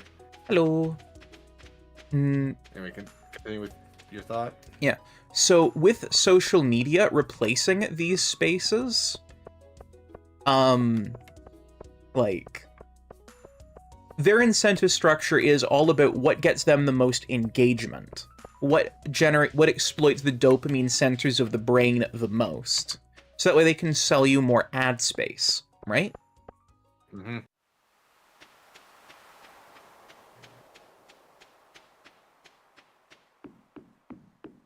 So these, you know, these ad spaces and ad-driven things, right? Well, because of the way they are fucking with the psychology of people, increasing rates of anxiety and depression, because their algorithms have figured out that what gets them the most views or the most engagement, which gets them the most ad space, is negative content. Things that promote self-loathing, negative self-image, things like that. That's why we have all these regulations about not giving children access to these things, right? Yeah. So the thing is, we historically had a solution to this problem, right? Good parenting. Well, that's part of it. The state of the economy has made that harder. But we won't get into the state of the economy right now. There was another solution, though. There were a lot of websites made for kids. Right? Wait, Noble. Yeah. You get a boop from Sapphire. Oh, I think you for the boop. Well, you take care, Sapphire. Thanks for the rain. Thanks for stopping by in. I hope you have yourself a wonderful night. Like, It's already 7:30 in the game. This is pissed away this day. Okay, I can't think of the name of it off the top of my head. But I remember growing up, there was a specifically for kids social media website, right? where a parent could pay a monthly fee, and that's how the website was funded. Was the parents paid an amount of money, and their kids got access to this nice social network, right? And it works the way Tumblr does now, where, you know, your feed is just all of the things the people that you have chosen to follow have, right? Like they've posted it and it's just a chronological order of all of the posts. That's your feed. No algorithm, no sorting, nothing. Just there's your feed. All the people who you say that you like seeing the things of. And you could DM your friends, you could post your own stuff, and it was all paid for by parents. Meaning that there was no ad incentive, right?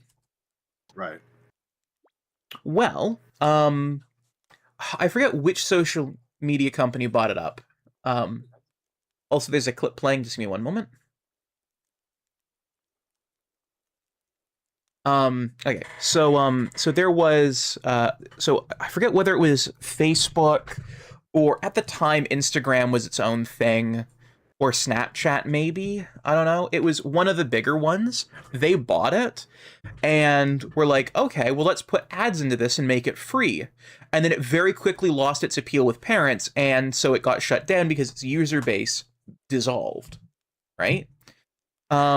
A lot of those game websites where kids would play games with their friends on school, on school computers, those all got shut down by schools. So now those have evaporated. The ones that are still alive mostly trend on the nostalgia of people my age or your age. I never used Instagram. I never did either. I think I have an account because Facebook makes an account when you make an account because they own it now. And so it's integrated, but... I do have an account before it was bought, but I never really used it. In fact, I kind of forgot I had an account until I actually looked at my emails and saw an Instagram email. I was like, oh, that's right. This Hal website exists. We got some more cloth. Nice. Nice.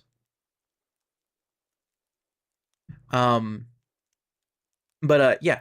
So those things got systematically bought up and set on fire for profit.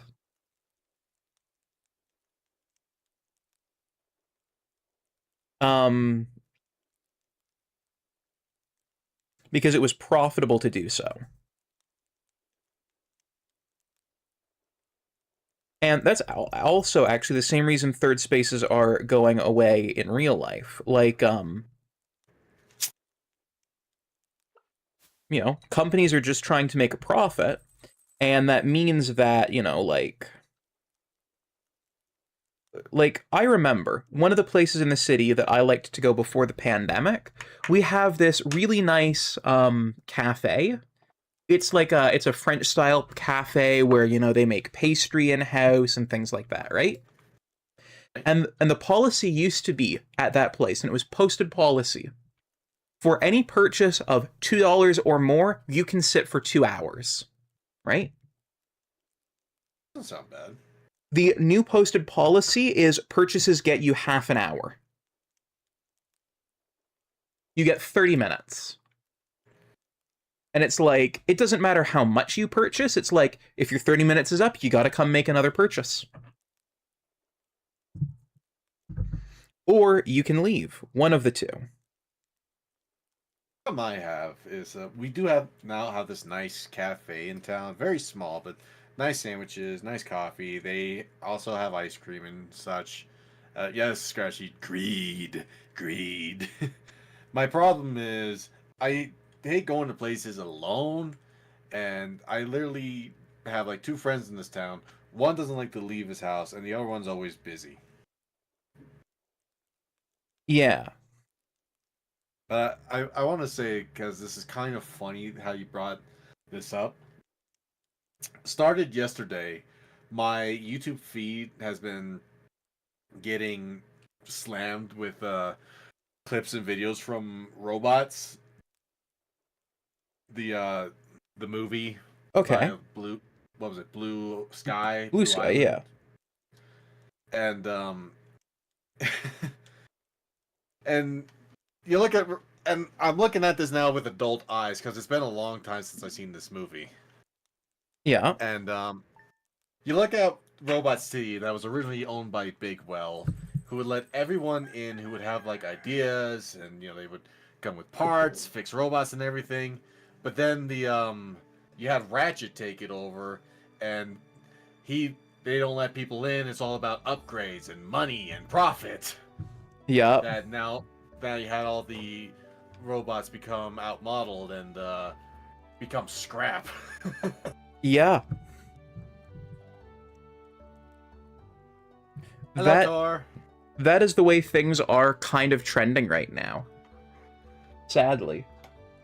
And I don't like saying that.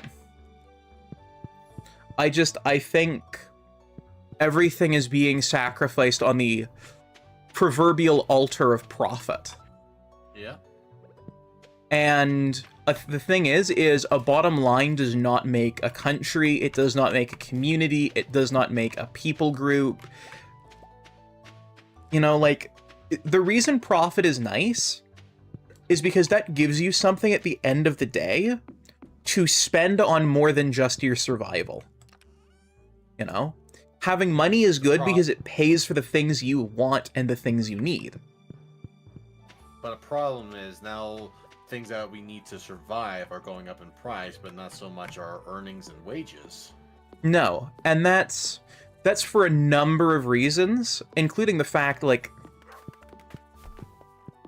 so a lot of people will look at the golden age of American capitalism and see the 1940s, the 1950s, the 1960s, and you know what was going on then? Bring crop bundles done. Ooh, nice. The New Deal.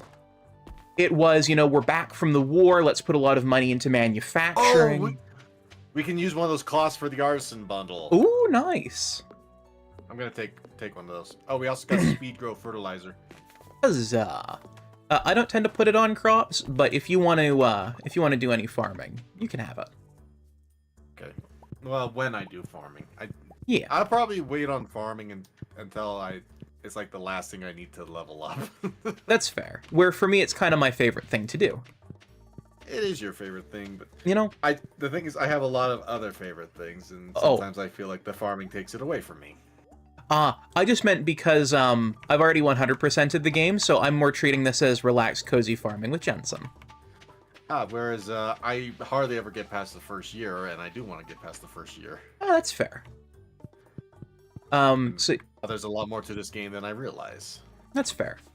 As I was going to say, so the golden age of American capitalism is generally, people think of the post-World War II boom, right?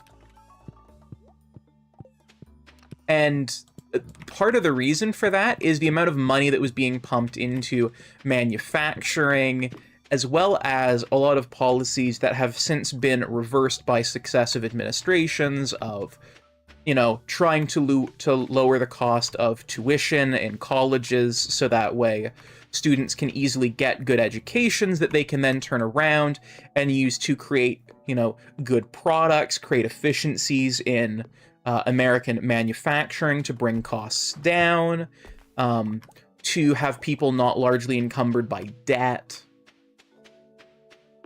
And it's like, there were also a lot of pro-union and pro-worker policies that were brought in to ensure, theoretically, that those things that gave people who were new into the economy a good foundation to build on, those were slowly squeezed out. Correct?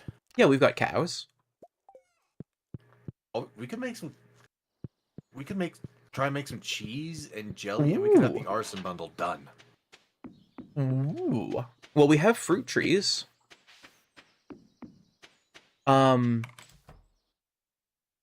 We have what we need to make the stuff to make cheese and jellies. I will find out once I finish watering the crops. But yeah, a lot of administrations, An arson bundle, not arson. Artisan. The arson bundle sounds more like something I would get up to in my spare time. I knew you were gonna make a comment. It was right there. The pyromaniac. The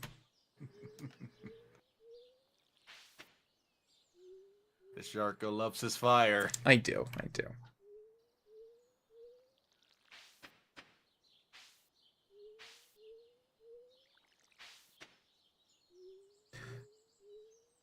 But you get what I mean, right? What were we talking about for that question? Like, the things that made the 1950s the golden age of capitalism. Oh. Like, there's a reason why, when people say, oh, we want to return to, whatever, they're usually gesturing at the 1950s. Very few people gesture at anywhere in the 1800s. Some people will gesture at the Gilded Age, but very, very rarely. More often than not, it's the Golden Age, which is the 1950s. Whereas when I think a time was better at a certain time, it's more because I had blinded eyes and didn't really see the world as it was. Yeah, that's fair.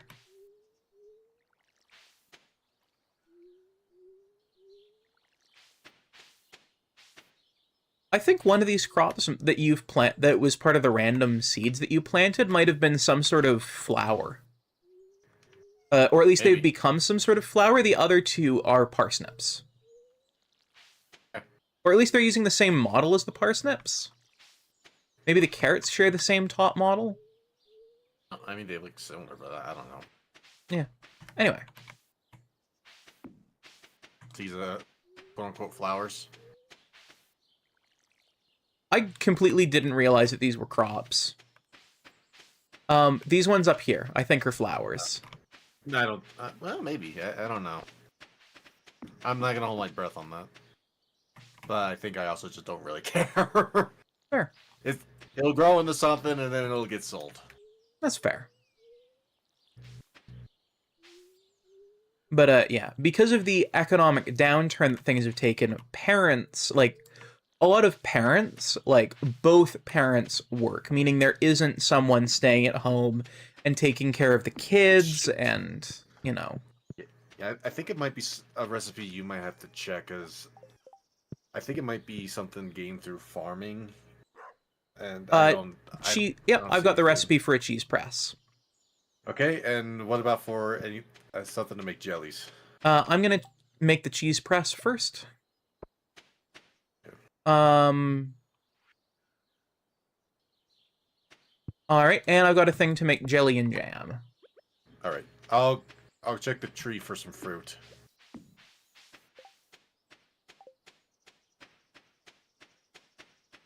Yep, we've got cherries and apricots. Huzzah! Excellent. All right, I've got cheese brewing. Is brewing the right word? I don't think so. I've got cheese cheesing. I've got milk cheesening. How's that? I was gonna say, once you have milk turning into cheese, not cheese turning into cheese. I realized right after I said it that I should actually have it as cheese like, cheesening. You might as well say, yes, I'm putting toast in the toaster. If you're German, you do actually put toast in your toaster. Are you saying you're German? No, it's just a fun linguistics fact. Are you calling me German? No. But fun linguistic toaster. Fun linguistic fact. Square style sandwich bread? Square style sandwich bread? Yes, the kind of thing that Dempsters make. I was thinking of like that milk bread they make in Japan that I want to try. Oh, no, I just mean like standard sandwich bread. In Germany, that legally has to be sold as toast, not bread. Okay, Brandlers, thank you for the 20 bits. How you doing? Hello, Brandler. Oh, Pendler, you still in chat? Still in chat?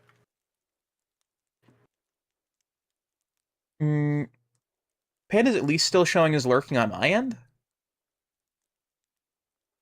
You know what they say? Oh, you know what they say? All toasters toast toast. All toasters toast bread, Luigi. Feeling better? Good. That's good to hear. Gotta update my drive here on people who have free redeems, because Panda has 5 freebies.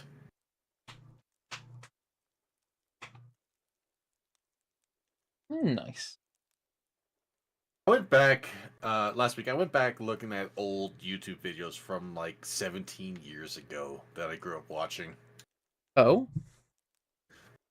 So a couple of weeks ago, I was listening to a playlist of the Sunshine Band.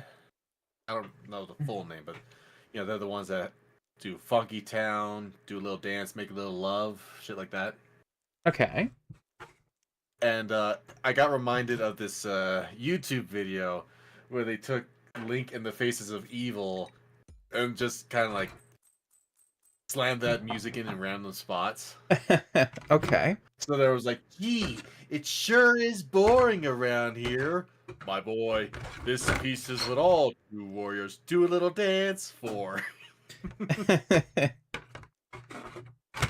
like, Your Majesty, Ganon and his minions have seized the islands of Funky Town. The golden age of YouTube poops. They might not even have been called YouTube poops back then. Oh, that one was definitely in the time of YouTube poops, but they didn't include YouTube poop in the title, but it was like borderline YouTube poop. Yeah, I was just thinking, like, because there was a point before then where they were called clippables or shareables, because they were just kind of funny things that people would share. And then when YouTube came about, they got the term YouTube poops. Oh, never mind. I figured out what the flower things are. What are they? They're carrots. Oh, they are? Okay. Oh, it was always like a guarantee and fucking...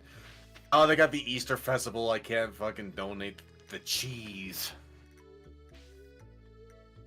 Ah. You know, it was always like a guarantee in like 50% of YouTube poops. What?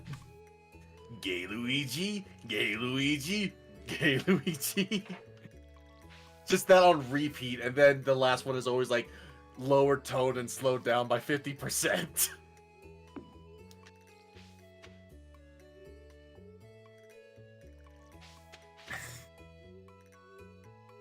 I see, okay. Shit, even with fucking YouTube poops. Did you ever watch the old Sonic cartoon? So yes, and I didn't really spend a lot of time on the YouTube poop side of YouTube growing up, so I haven't seen very many of them. Well, there's the whole thing with Robotnik where Scratch and whatever the robot with the drills, whatever his name is, they're peeking at his door, they fall in his office, and he says, "Snooping as usual, I see." But I can't see that scene. I can't see that scene normally and not fucking hear Pingus out of Snooping as usual. It just sounds like a cut. It might actually be. It's not. Oh? Okay. It's just with how much emphasis on the Pingus and Snooping as, it sounds like a cut.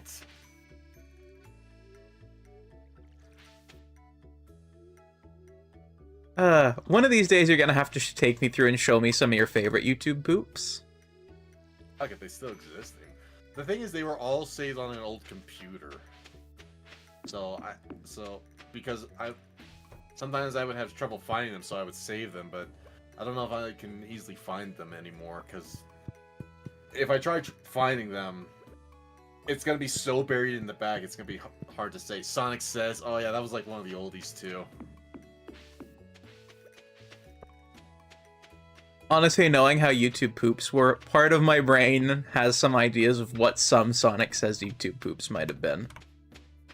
Well, two, that was my favorite. There was the one where instead of Sonic saying that's no good, he says that's good. Oh yeah! Kids, there's nothing more fun than being hugged by somebody you like.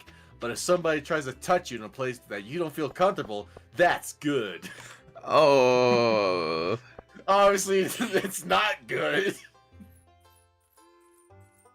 But then another one was just, kids, there's nothing more cool than my ass. But if somebody tries to touch my ass, that's no good.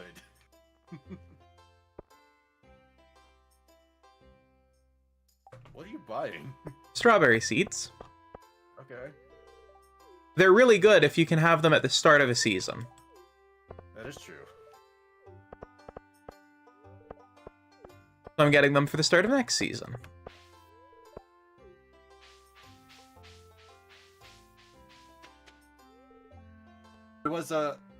There was one that I did like that definitely is not on YouTube anymore. Oh? And it was actually how I learned about raving rabbits. This was when the rabbits were like new. I'm sorry, what? Rabbits from Rayman? Oh, rabbids. Yeah. I thought you said Rain Man Rabbits.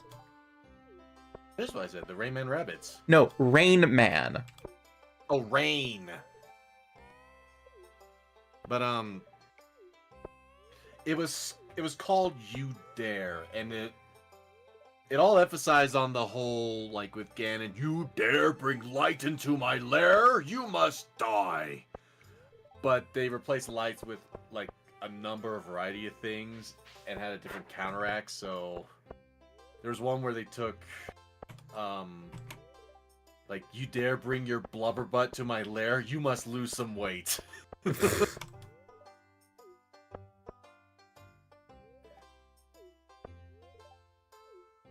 Like, got so off track that I don't know what the fuck, but Have you talked to everyone?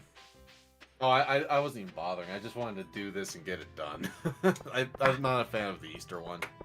That's fair. I generally use it as a nice excuse to talk to everyone. Why do we all have to wear these ridiculous ties? Because the ridiculous ties are apparently what the administrator wants us to be wearing, Shade.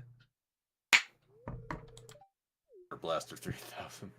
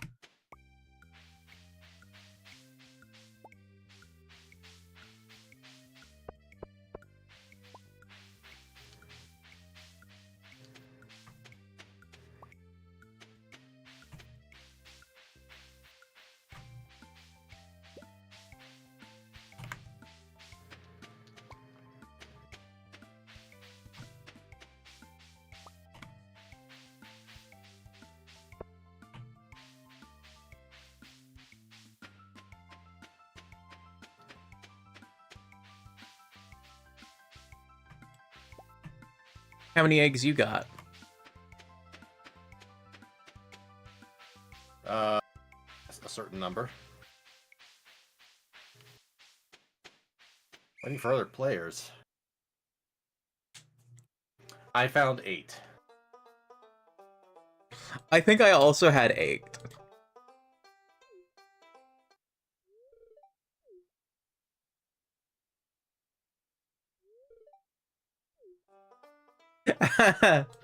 Yeah, look at that. I think you won the last year. Did he come and give you a thing? He gave me a straw hat. He also gave me a straw hat, but he only showed it only showed me him walking over to me. Same here. Wilford Brimley with the diabetes stuff, yep. The diabetes. I think my favorite of those kinds of things was the Ain't Nobody Got Time for That one. Oh yeah. I got bronchitis. Ain't nobody got time for I that. got time for that. Ain't nobody got time for that. Ain't nobody got time, ain't nobody got time, ain't nobody got time for that. You know what's another favorite I enjoyed? What? Right, what you doing, Mr. Volcano? Hello, Tyrannosaurus Alan. Oh no. In fact, it was also that You Dare video that made me learn about the volcano and Tyrannosaurus Alan. You know what was also another thing I enjoyed with classic YouTube? What? I know he's not like everyone's favorite, but I loved Ray William Johnson's equals threes. But that's because it was also a different YouTube algorithm, and he would always do his like weekly comedic takes on like the top 3 videos of the time. That's fair. So he also had a good idea of what was currently trending, like the like that best cry ever video. Yeah. And then he where he's like, now you people are sick in the head. This guy's getting his life together and everything. He's having a touching moment, but you just go and auto-tune the darn thing, and then he plays the auto-tune video. Honestly, my favorite bit of old YouTube is actually still around. Oh? Yeah. Do you know Hank Green and John Green? No. Okay. So Hank and John Green are both science communicators. Like they mostly talk about science and stuff. All right. John Green mostly talks about Smallmouth bass frenzy. damn it, I can't think of which one does which, but one of them mostly focuses on medical science and the other one does physical science. And by physical science, I mean like physics, astronomy, things like that. And they've been doing stuff on YouTube since the very early days. I can't think of when they started specifically, but they're still around, actually doing stuff in largely the same way that they always have been. That's good. Yeah. Yeah, go ahead, Riley. I'll take a look. I'll try and take a look at it after stream. They're also, I think, one of the biggest YouTubers actively trying to do good things at the moment. Like, they do this thing called the Awesome Sock Club, where you sign up for a subscription of socks, right? And every month that you've signed up for, you get a pair of socks in the mail. Looks like I got some rice shoots that we could probably save for next spring. What do you think? Got some what, sorry? Some rice shoots? Yeah, I think those would be better saved for next spring. They say they take 8 days. Yeah, we could theoretically grow them, but I think saving them for next year. Alright. So all of the money that they make off of the sock subscription that they do goes to different charities. At the moment, they're supporting a maternity ward hospital in Sierra Leone, which is one of the countries that has the highest infant and maternal mortality rates. And I'm like, you know, that's a really good thing. That is a good thing that they're doing. I just realized another YouTube poop that I think I can find that I can share with you. Okay. It was a Billy Mays one. Oh, Billy Mays ones are good. It was because Riley sent me a YouTube poop, and it's apparently of iCarly. Spencer launches a bagel into Griffin's rectum. But just seeing iCarly there immediately made me think of a Billy Mays one, because it starts off with a clip from iCarly, and it's like, you were sitting in random hair, and then Billy Mays smashes the TV and goes, iCarly sucks. It was the classic, just like take pieces of audio and form sentences.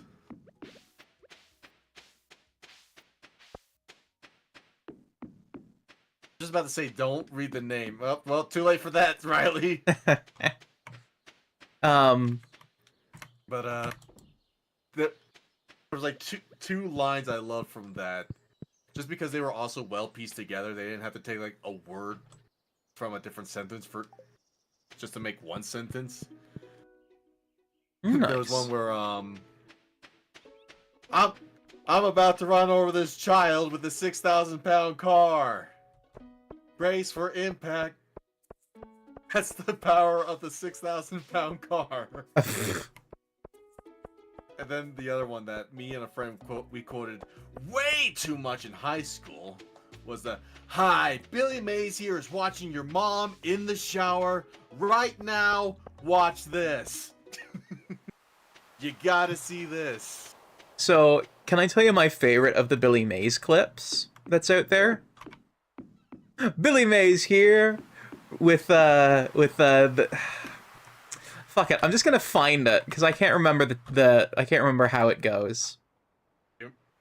You're talking about like a YouTube poop, right? Not an actual commercial. Yeah, it's a YouTube poop. All right.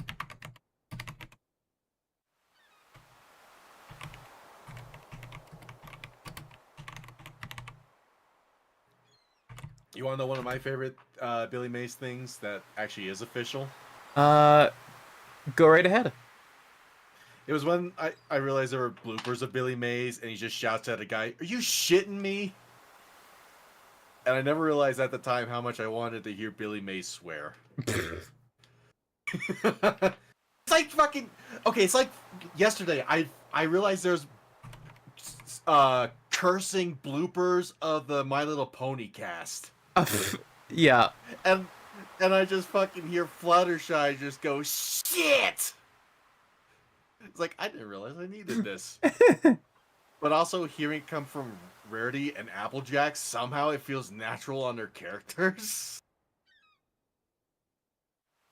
Plus, I now also realize there is official audio of the official voice actor in her Rarity voice saying, "Fuck me hard." Probably during a blooper. During a blooper, yes, but it was in the Rarity voice. Oh, I know. Sir, this is McDonald's. We do not serve fentanyl here. You shitting me? Alright, I sent you the link to it. I watched the first minute or two, or not minute, with the first few seconds of it. It's so sweet. Um, Want me to see this now, or do you want me to wait till after stream? you can watch it now, go right ahead. I've seen it before, so I know what it has in it. I think you might get a chuckle out of it, assuming that it is the one that I've seen before. I'll wait till after stream. I'll watch it after I see what Riley sent me. Okay. Meanwhile, the entire Ace Attorney anime blooper feels like a YouTube poop at times. Oh, I was keeping on track with that anime back in college. But, another thing I actually liked that I was saving on my laptop in college was, Phoenix Wrong videos. Oh, what's a Phoenix Wrong video? So, they would take scenes from, like, sketch comedies or movies or even songs, and they would, just pair on top of one of the characters, and they would animate the sprites, and sometimes it would work well. Or they would even take a step forward and customize sprites. So you had fuck, I'm not gonna remember most of the characters' name, but you had 3 characters. One of them was Phoenix Wright from like the 4th game where he's wearing the beanie. Okay. They were all actually dressed up in Ghostbuster equipment. Okay. And you had like the demon girl, I think from the 3rd game, who was supposed to be, what's that ghost name? Geyser? The one that asks if they're a god. Oh, I can't remember. Shit. But fucking Phoenix Wright with his beanie was Bill Murray's character, and somehow with him in that attire with Bill Murray's attitude was just fitting. And then you have ones where you also have Phoenix in his like slob attire, and they take the audio from the crappy lawyer from The Simpsons. Oh no. No, money down. That guy? Pretty much, I think.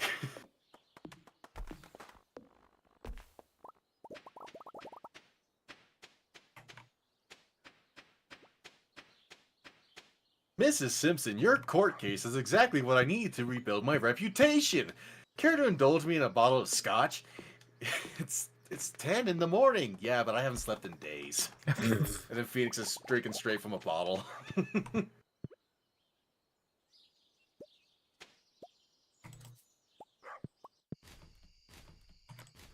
I need to dig out my old college laptop and dig out the hard drive because all my favorites I had saved on that hard drive. I can't wait to see what they are. There's a lot of them where there's a bunch of Weird Al ones, and Weird Al's voice coming out of Phoenix Wright when he has his like nervous look also kind of fit. That, you know what? That's fair. Oh, like fucking that like classy looking prosecutor, the one who was like the mentor for Miles Edgeworth. Oh shit! Why can't I think of his name? I don't know. It was like the father of the like dominatrix woman who had the whip. Yeah, he was a barrister technically, wasn't he? I think that's the word. Von Karma, yes. Ah, thank you, Like Shade. Victor Von Karma? Victor? Is that it? Shade says Von Karman. Or Von Karma. So the Scratchy said Von Karma too. Ah, okay. Yeah, they had one where he's singing Get Down with the Sickness, and then it cuts to like other bits, and then it goes back to it where Phoenix Wright is singing Get Down with the Sickness, but it's Weird Al's version from Crazy White Boy Polka. Oh my goodness. Okay, here's a quick question. What is your favorite Weird Al movie? Yeah. Weird Al's done a few movies. I haven't seen his movies. Oh. I've only listened to his music. I think we have a movie we need to watch, which is UHF. Oh, I will say, speaking of which, when I was on my scrolling through my phone today, it went through a series of just giving me cartoons, and a lot of it was fucking Teen Titans Go. Oh no. And so there was a scene where I guess the Justice League gets kidnapped, and the Teen Titans are dressed up as the Justice League. Cyborg is Green Lantern, Robin's Batman. Yeah, that tracks. Dressed as Flash for some reason. You know what? That kind of tracks. I don't know who the other two dressed up as. I wasn't really paying attention.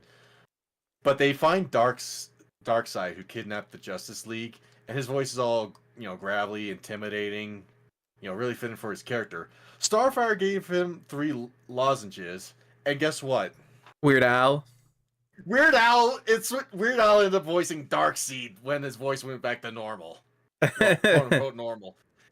And he's like, wow, thanks. I was fighting that code for a long time. And then as he's threatening them, the Teen Titans aren't scared anymore. It's like, well, your voice isn't very scary anymore, so we're not intimidated anymore. It's like, God damn it.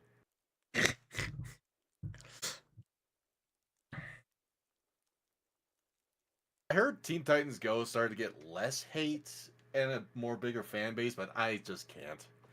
I'll see snippets, I'll find something I like, but nothing that I would say would make me want to like the show. I think the biggest thing with Teen Titans is so this isn't me trying to defend Teen Titans Go, by the way. I want that to be known up front. Was that the original had a mid to late teen audience, and Teen Titans Go, very obviously it was for kids, and that meant that a lot of the existing fan base for the show, upon watching it, went, what the fuck is this shit?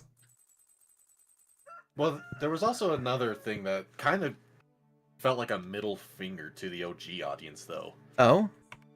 So there was the first Teen Titans Go movie, and at the very end of the scene, you saw the OG Teen Titans, Robin talking to the audience saying they believe they found a way to come back, and it looked awesome.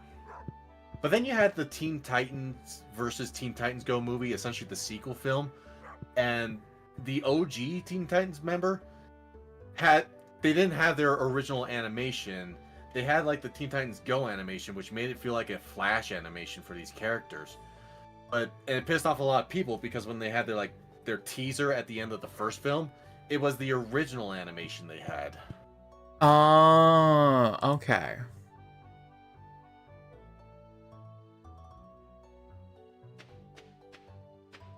So that also pissed off a lot of the OG people. Also, very briefly, Weird Al only has a couple movies. It actually says Weird Al is in all the OG Naked Guns. Also, I think I'm about to get disconnected because my game seems to have froze up. Oh, so he's not in 33 1/3. He's in 22 1/2. He's in Naked Gun 1. Oh wait, I'm sorry. I misread it. He didn't say he's in all of them. He just says he's in the OG. Yeah, he's in the first two. He did UHF. He back in the 90s, he did a documentary. He also did a live performance as a movie, like where there was script and stuff in it. Cody. I almost bought that DVD set too. Oh, which DVD set? Of the original Teen Titans on DVD. Ah, okay. Cody says he has it. I almost bought it, but I didn't, and when I was gonna buy it, it was no longer available where I saw it. Ah. But then there's UHF, which is such a good movie. Which one was it that introduced the Twinkie Wiener Sandwich? I think that's UHF. Alright. It's also where one of my favorite clips on YouTube is from. Also, Gingy, thank you for the meat man. Shit, Cody, I'd watch it to see the episodes I missed. Have you ever seen the "What's in the Box" meme? No.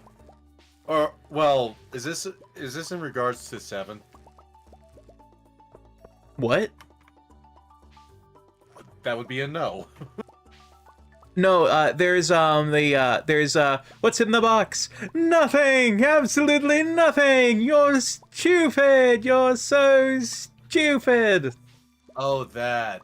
Yeah. Forgot all about that. No, I was talking about the "What's in the Box" reference from the movie 7. Oh, no. That clip is also out of UHF.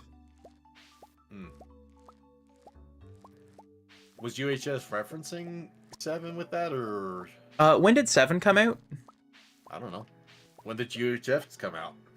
UHF came out in 1989. Then that might have predated. Yeah, 7 came out in 1995. What's your favorite? That movie's as old as me. Nice.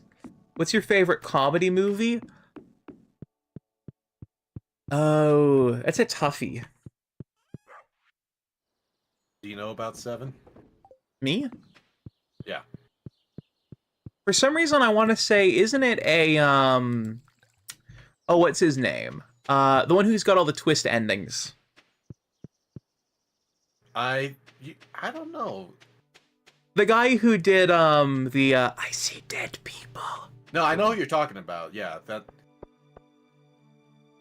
that shit, what was that fucking? Oh, that was like The Sixth Sense, wasn't it? Yes, I've seen 7. I googled it, and Okay. yes, it was by who I thought it was. What's the director's name?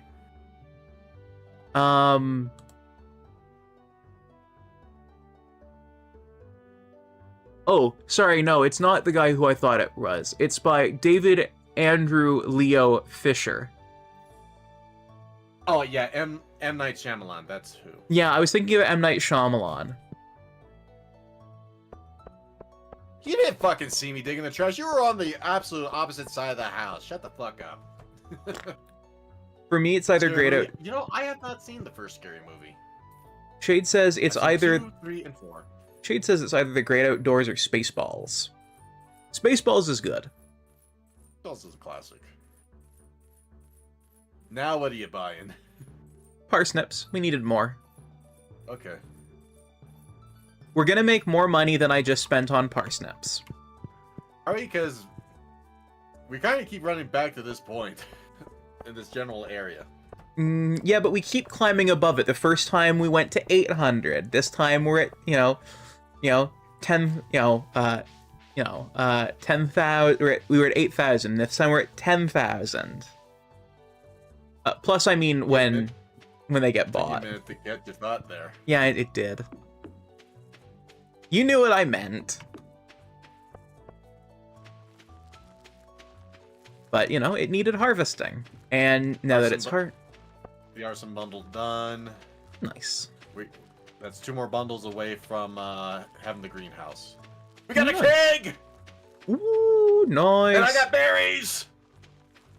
In the summer, we're going to have to grow some hops for that keg. Yep.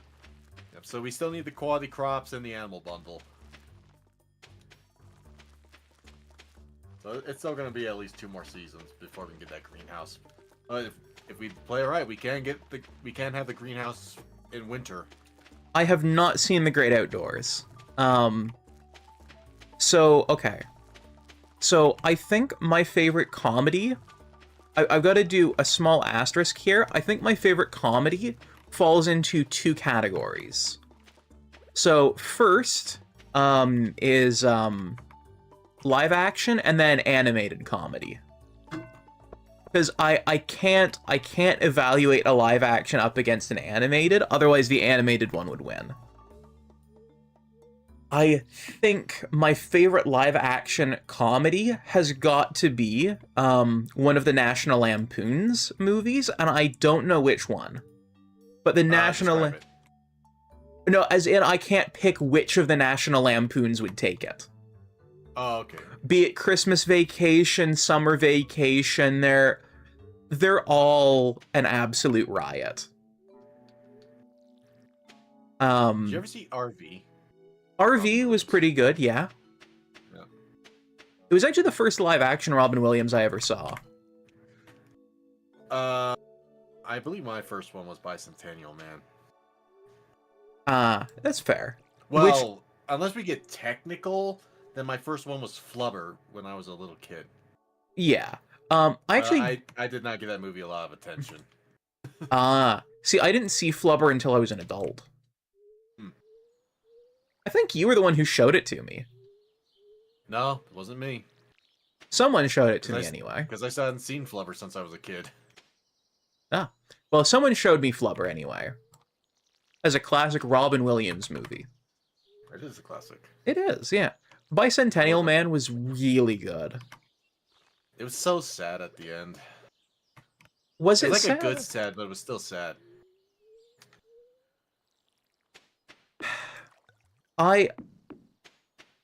Yeah. You had to take a minute to remember the ending. Yeah, I did. I was like, was it sad? I'm not sure. And I'm like, oh, actually, thinking about it for more than a split second, yeah, it was.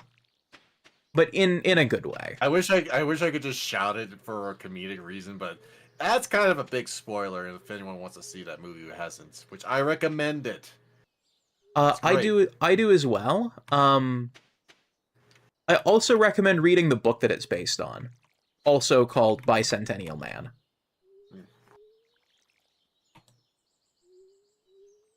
So what would you say is your favorite animated comedy then? Animated comedy is a lot easier to pick. Yes, it is, Riley. And the name has now completely lost me. Fuck.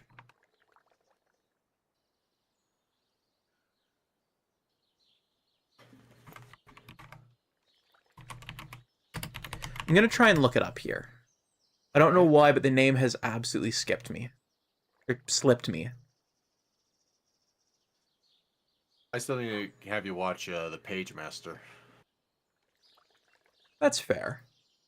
Paprika. I'm gonna get you to watch Titanic sometime. Dude, I can't bring myself to sit down and watch Titanic. The Wrong Trousers. That's the one.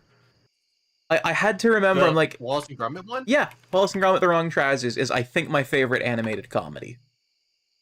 Because could have just described that and I could have said the title.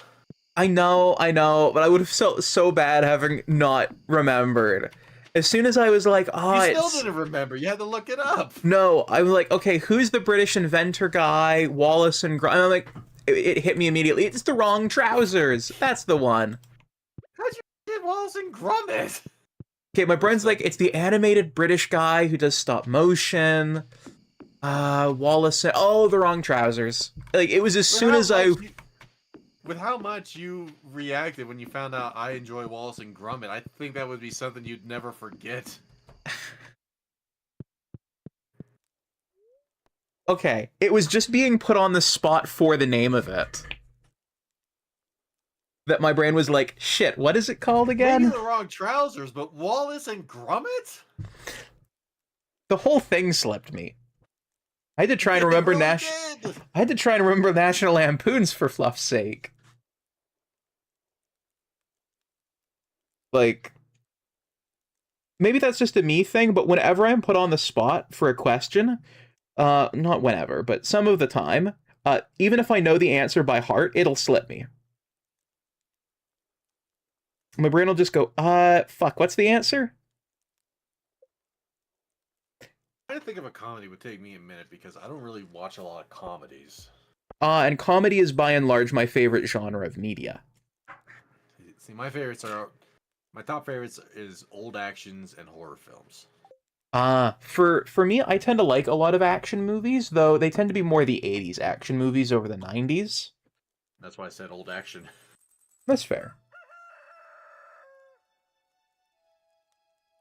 I'm just specifying that I tend to prefer the 80s ones. Yeah, because the 80s actions was the shit. Yeah, you had Arnie, you had, Stallone. You also had... Actually, my favorite genre is trashy horror. The other thing, I think, is 80s action movies, some of them, not all of them, but some of them, had really interesting premises that would really make you think, you know? And I think over time, action movies have stopped having those interesting premises.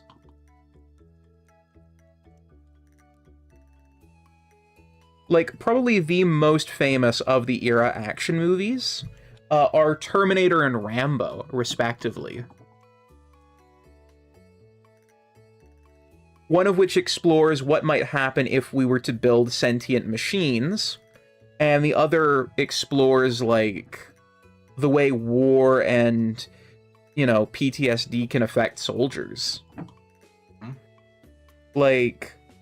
Did you ever get to see Last Blood? No, I've actually only ever seen Rambo First Blood. So, when Last Blood was coming out, I marathoned all the Rambo movies. Especially the first one, because I've seen the second one so many times because TVs would always play the second one the most. It's a lot more TV friendly. But, the first one is still easily my favorite. But when we sat and watched Last Blood, it was kind of a disappointment. Oh? It's not saying that like, it was a bad movie, but it was a case where it definitely felt like a Stallone movie, but it didn't feel like Rambo. Yeah. If I remember correctly, Last Blood actually had the involvement of the US government in it, like the way Top Gun does. I could be wrong, No. but I remember hearing that somewhere. Not at all, actually. Okay. I remember hearing one of the Rambo movies had government involvement. Oh yeah, there was definitely, I think 2 Rambo movies definitely fit that category. I can't remember much of the third one. I think the fourth one was just Rambo. I think that one was a pretty good one too. The Last Blood, Rambo's kind of just dealing with like a Mexican drug gang, and it's honestly kind of more of a sad revenge story. Is that the one I keep seeing clips for on YouTube of an old Stallone? Possibly. But the other thing is, there's also Tulsa King. Oh, which okay. Which Stallone's also doing, but in that one he's a mob boss. Okay, that might be the one I keep seeing clips for then. Which one thing I found funny was when I was seeing old Stallone, Tulsa King was around, but I knew nothing about it.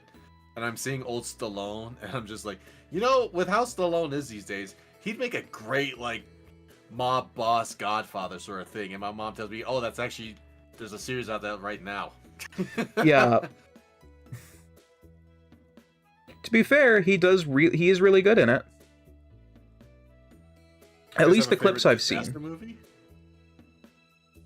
Sharknado. Sharknado.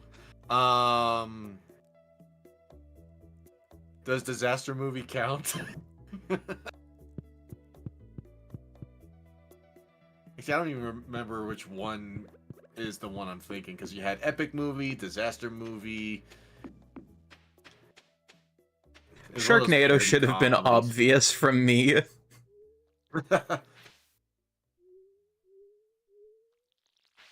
It's literally a movie about sharks. Yep.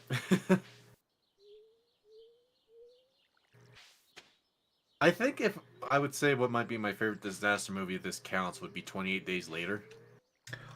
Would that count? Yeah. I actually know someone who was watching that continuously in the pandemic.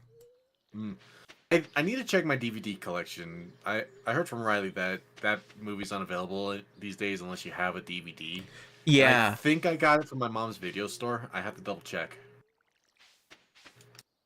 Yeah, a friend of mine was actually like, they would watch 28 Days Later during the lockdown, like constantly. I find it funny that the Ninth Doctor's in it. Oh, Christopher Eccleston? Yeah. It took me a minute because I'm like, Matt Smith? He surely wasn't. And I'm like, no, wait, Matt Smith was number 11. And I'm like, okay, let's see. Capaldi was 12. That's the wrong way. David Tennant? No, that's 10. So logically, Eccleston. That was the process my brain went to. Bryce says Matt Smith is my favorite. Mine is David Tennant. So I was happy to see him come back. Yeah. David Tennant is also mine.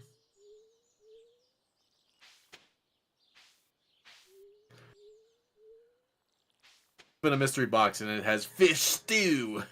Ooh, nice. Gonna make some hedgehog stew today.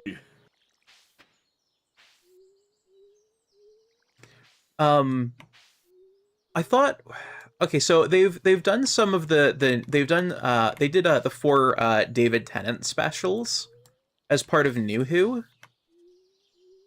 I'm not sure if you've seen any of those. I haven't seen Doctor Who since the change to the 12th Doctor, but that's because I caught it to the series on Netflix, and Netflix didn't have any more episodes, and then I didn't have access to Netflix anymore. Okay. So very, very briefly, I'm not gonna spoil, I'm just gonna say, I think the first one that they did kind of sucked, but I think the other ones, the other 3 specials were better. Okay.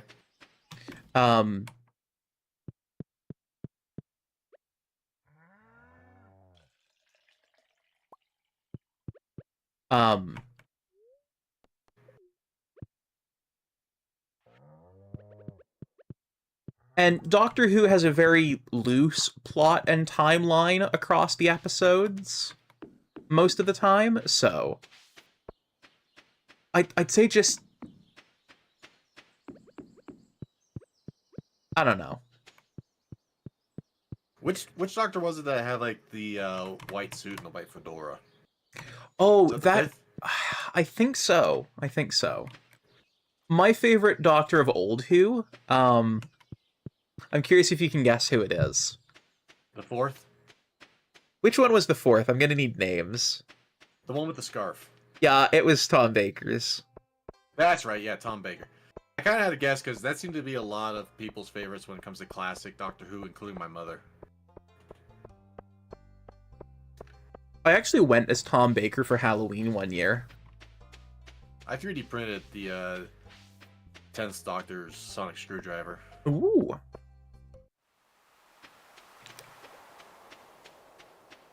Still have it somewhere.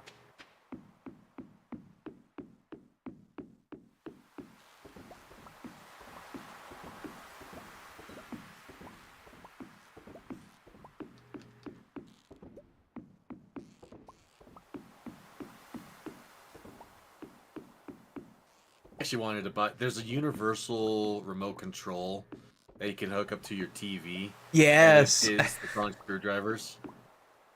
Yes, I've seen that. I want that. I did want that. Now these days I kind of don't really care. I'm not saying like anything against the series. It's just I don't really need it. I've reached that point where I'm Gimmicky being more cautious novelty of my devices. funding. Yeah, well, and a gimmicky novelty device is kind of like, eh. I think really the only thing that I spend money on is more the gunpla kits. You can blame me for that. Oh, I do blame you for that. Trust me. You have occasionally gone like, God damn it, Noble. Mostly when you bring up a kit that looks cool that I want. Yeah, that's fair. Other times I'll say, like, God damn it, AliExpress, when I go to check something and then I see on the front page a kit that I do like that I don't have.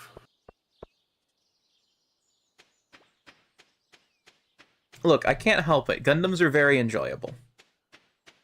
I think a reason I like them is also I enjoy assembly things and making puzzles, and it kind of fits in that category. Yeah, it's like Lego, but cheap. It's like Lego, but cooler. Well, that too. But that's also cheap.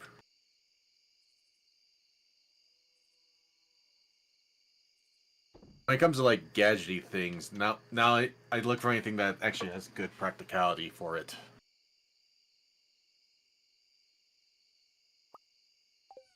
That's fair.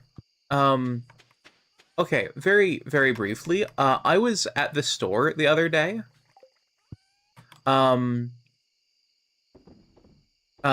Picking up some Gundam model kits. And I actually saw the price of a small little baggie of Lego, right? I want to do one more day after this. Yeah. And a little baggie of Lego, right? A little baggie. You know, the kind of was thing... Was it like one of those like 3x5 mini baggies? 3x5? 3" by 5" Very small bag. Yeah, it's the kind of thing that I could fit in my palm. Yeah, yeah. Yeah. So I saw one of those, and it was literally the price of buying a real grade Gundam from Bandai. Sounds about right.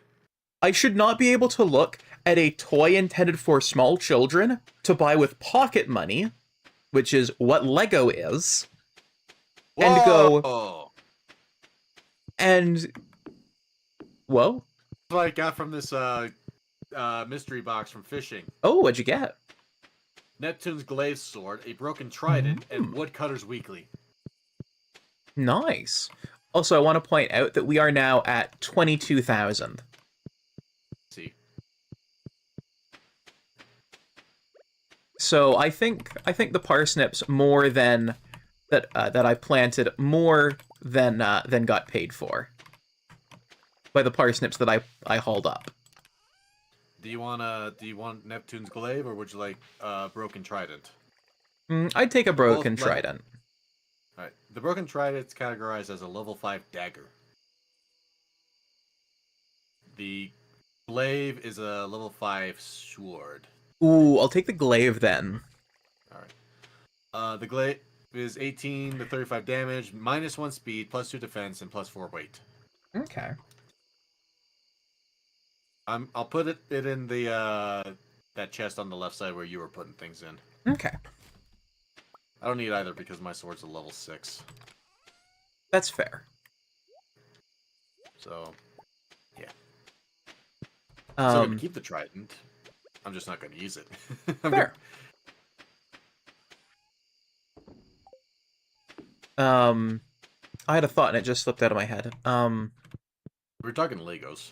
Lego, right, yeah. So I should not be able to look at a thing that I can fit in the palm of my hand and build in 5 minutes and compare it to a thing that would probably take me 2 weeks to build and be left with a very intricate model kit.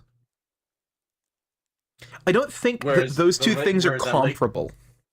Whereas that Lego kit was probably like, what, like a small little cheap-looking statue of something? It was a minifigure and a little build, like one of those, like it came with like a bike and... I was gonna say, like, they look like a crappy Lego dirt bike. No, it was like, it had like a bike and a ramp. Like, it's like, if I was a little kid and I was still buying Lego, I would have loved that. And if I was a little kid and I was buying Lego, that would have cost me about $5. Which is reasonable. Oh, yeah. But when I look at it and it's like $35 for that exact same baggie, and like next to it, I can buy a 5-inch action figure that I get to assemble. What? What person would take the Lego? Sorry, it just... A Lego collector? Right, but what kid would take the Lego when they're given the option of a cool 5-inch action figure or a Lego guy with a bike and a ramp for the same price? Well, honestly, if it was me as a kid, with what I knew as a kid, I'd probably be one of those. That's fair, but would you spend $35 on it? Well, no. That's the thing. Like, if they were both $5, I could see a kid making either choice. But what I was going at was recognition. 'Cause That's as a kid, fair. I would recognize Lego, not Gundam. That's fair. To be fair, I wasn't introduced to Gundam by someone else. I went, ooh, cool robots. I want to watch that. I've told you... I keep seeing Gundam around, but just never caught my attention. Like, That's fair. I think I was aware of Gundam's existence for about a decade now. It took me going, hey, do you want to sit down and build this model kit? It would be fun. And that was just because of the kit. Yeah. Hey! Hey? I found a pot of gold, and I got a leprechaun hat. Ah! It had 225 gold in it. Oh, well, there. Yeah, there was I found a rainbow, and I found its end. Ah, nice. Oh, I got me a nice little green hat on my head now. Oh, yeah, that'll go nicely with your pot of gold there, eh? I didn't get to keep Here, the bye. pot, I just took the gold. Ah, fuck there, bye. Hey, you can go get the bus working now.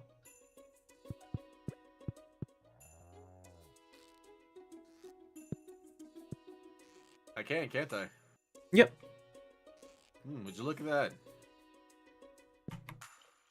Be a shame if I was about to upgrade my pickaxe right now. Jensen. I do need to upgrade the pickaxe, but I'm not doing that right now. You can do that with our next harvest. I don't even remember how much it was in cost-wise to upgrade from an iron pickaxe to a gold one. If there's enough left over, you can get it done today. I'm gonna have to, so we can get rid of that giant purple rock at our farm. Fair. All the trees I planted when we needed wood are coming in. Which is nice. We still never put a tap on another tree, have we? We have not yet, no. You know, if we did that when I was bringing it up, we'd have that maple syrup by now and have another bundle done. We just might. I'm saying that would have been done if we did it. Are you telling me to go do that now? Well, what tree would I see a lot of pine trees. Do we have?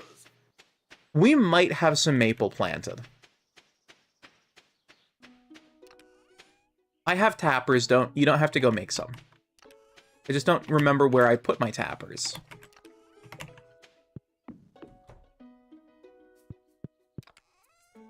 Ah, here are my tappers. Alright. You like my hat?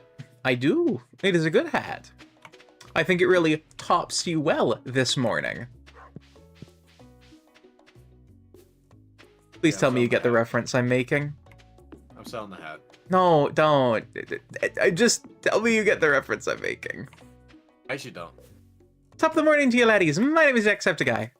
Oh, I thought you said pop. No! Tops! Your head this morning. Top of the morning to ya. Okay, so yeah, I'm selling the hat then. No, come, it's a good hat.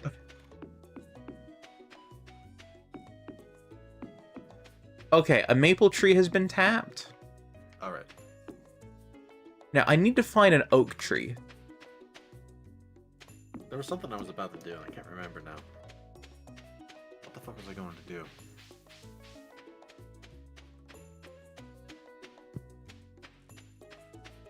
Oh, it's like completely gone. I lost am what I a was gonna do. wolf and I'm digging a hole, diggy diggy hole, I almost had diggy it back. diggy Shit. hole. Sorry. No, it's...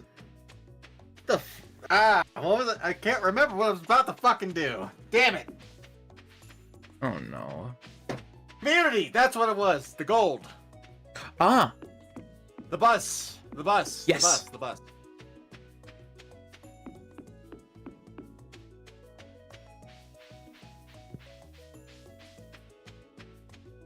God!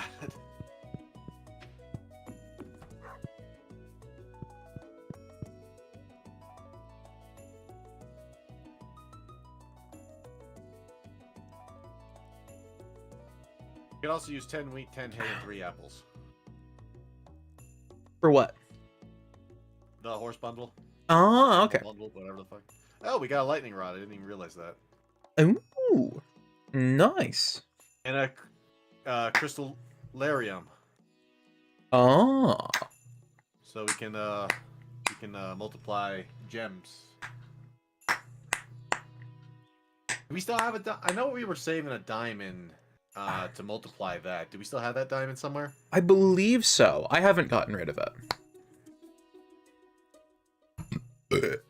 Excuse me. I the shaking feeling that we used that diamond for something, but possibly replaced it.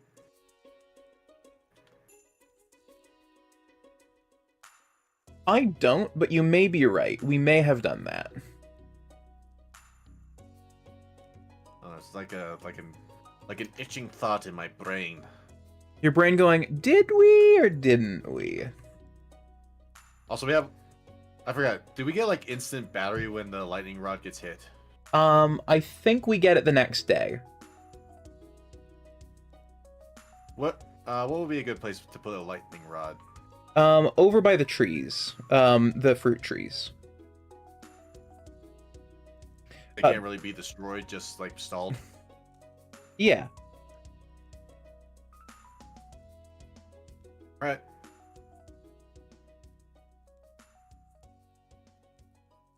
Because where I've got all the fruit trees growing, because we've got one of every species on that lower island. I also want to set up a tapper for oak and for the moss trees and like so that way we can also be harvesting pine tar and oak resin, maple syrup, moss, things like that. Where's the maple tree you tapped? It's right next to the crops. Okay. It's got a tapper right on it. Okay. I saw the one on the pine tree. It's like, I think that's pine.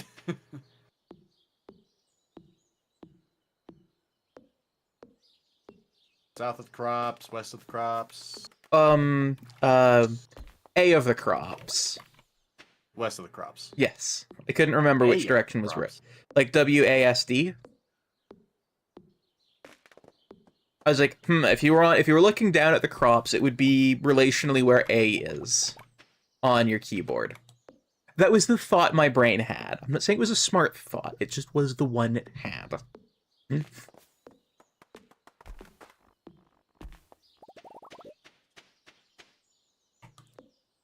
Well, I don't think we're going to need to go hunting for wood for a while. With what I did to the farm.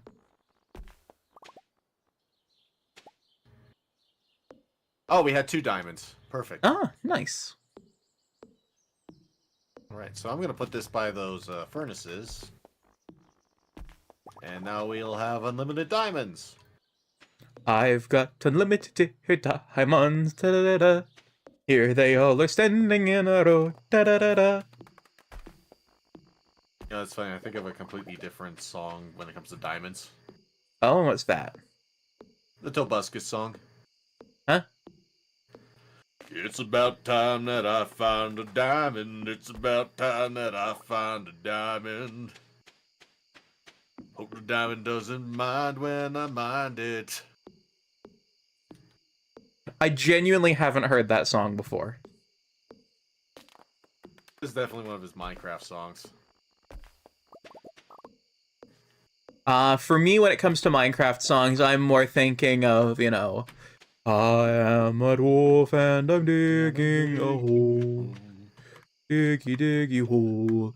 Diggy, diggy hole. I don't know if he had more than one song that was Minecraft themed. I know he had that, and then he had a Happy Wheels themed one, which was a parody of Daft Punk's Get Lucky. Another one I think of is, Screw the Nether. I don't know a lot of Minecraft songs. Mine at Night and Fallen Kingdom. I do know those ones, yeah. And then of course there's Revenge. The internet had fun with that one.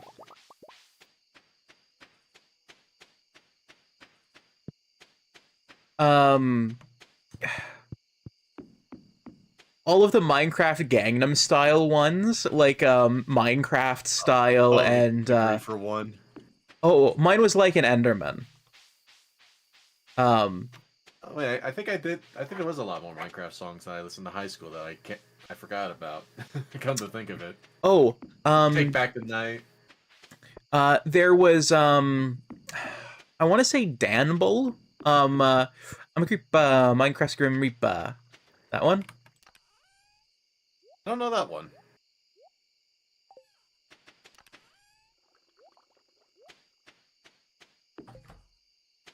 So nice to meet you. Something time, it's time to leave. And tick tock, boom, boom, boom.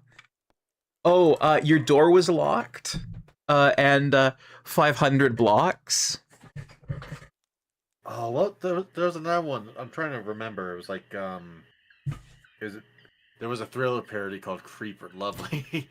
There was one that was a parody song off of, Counting Stars, I think. 500 blocks and I would walk. Oh, yeah.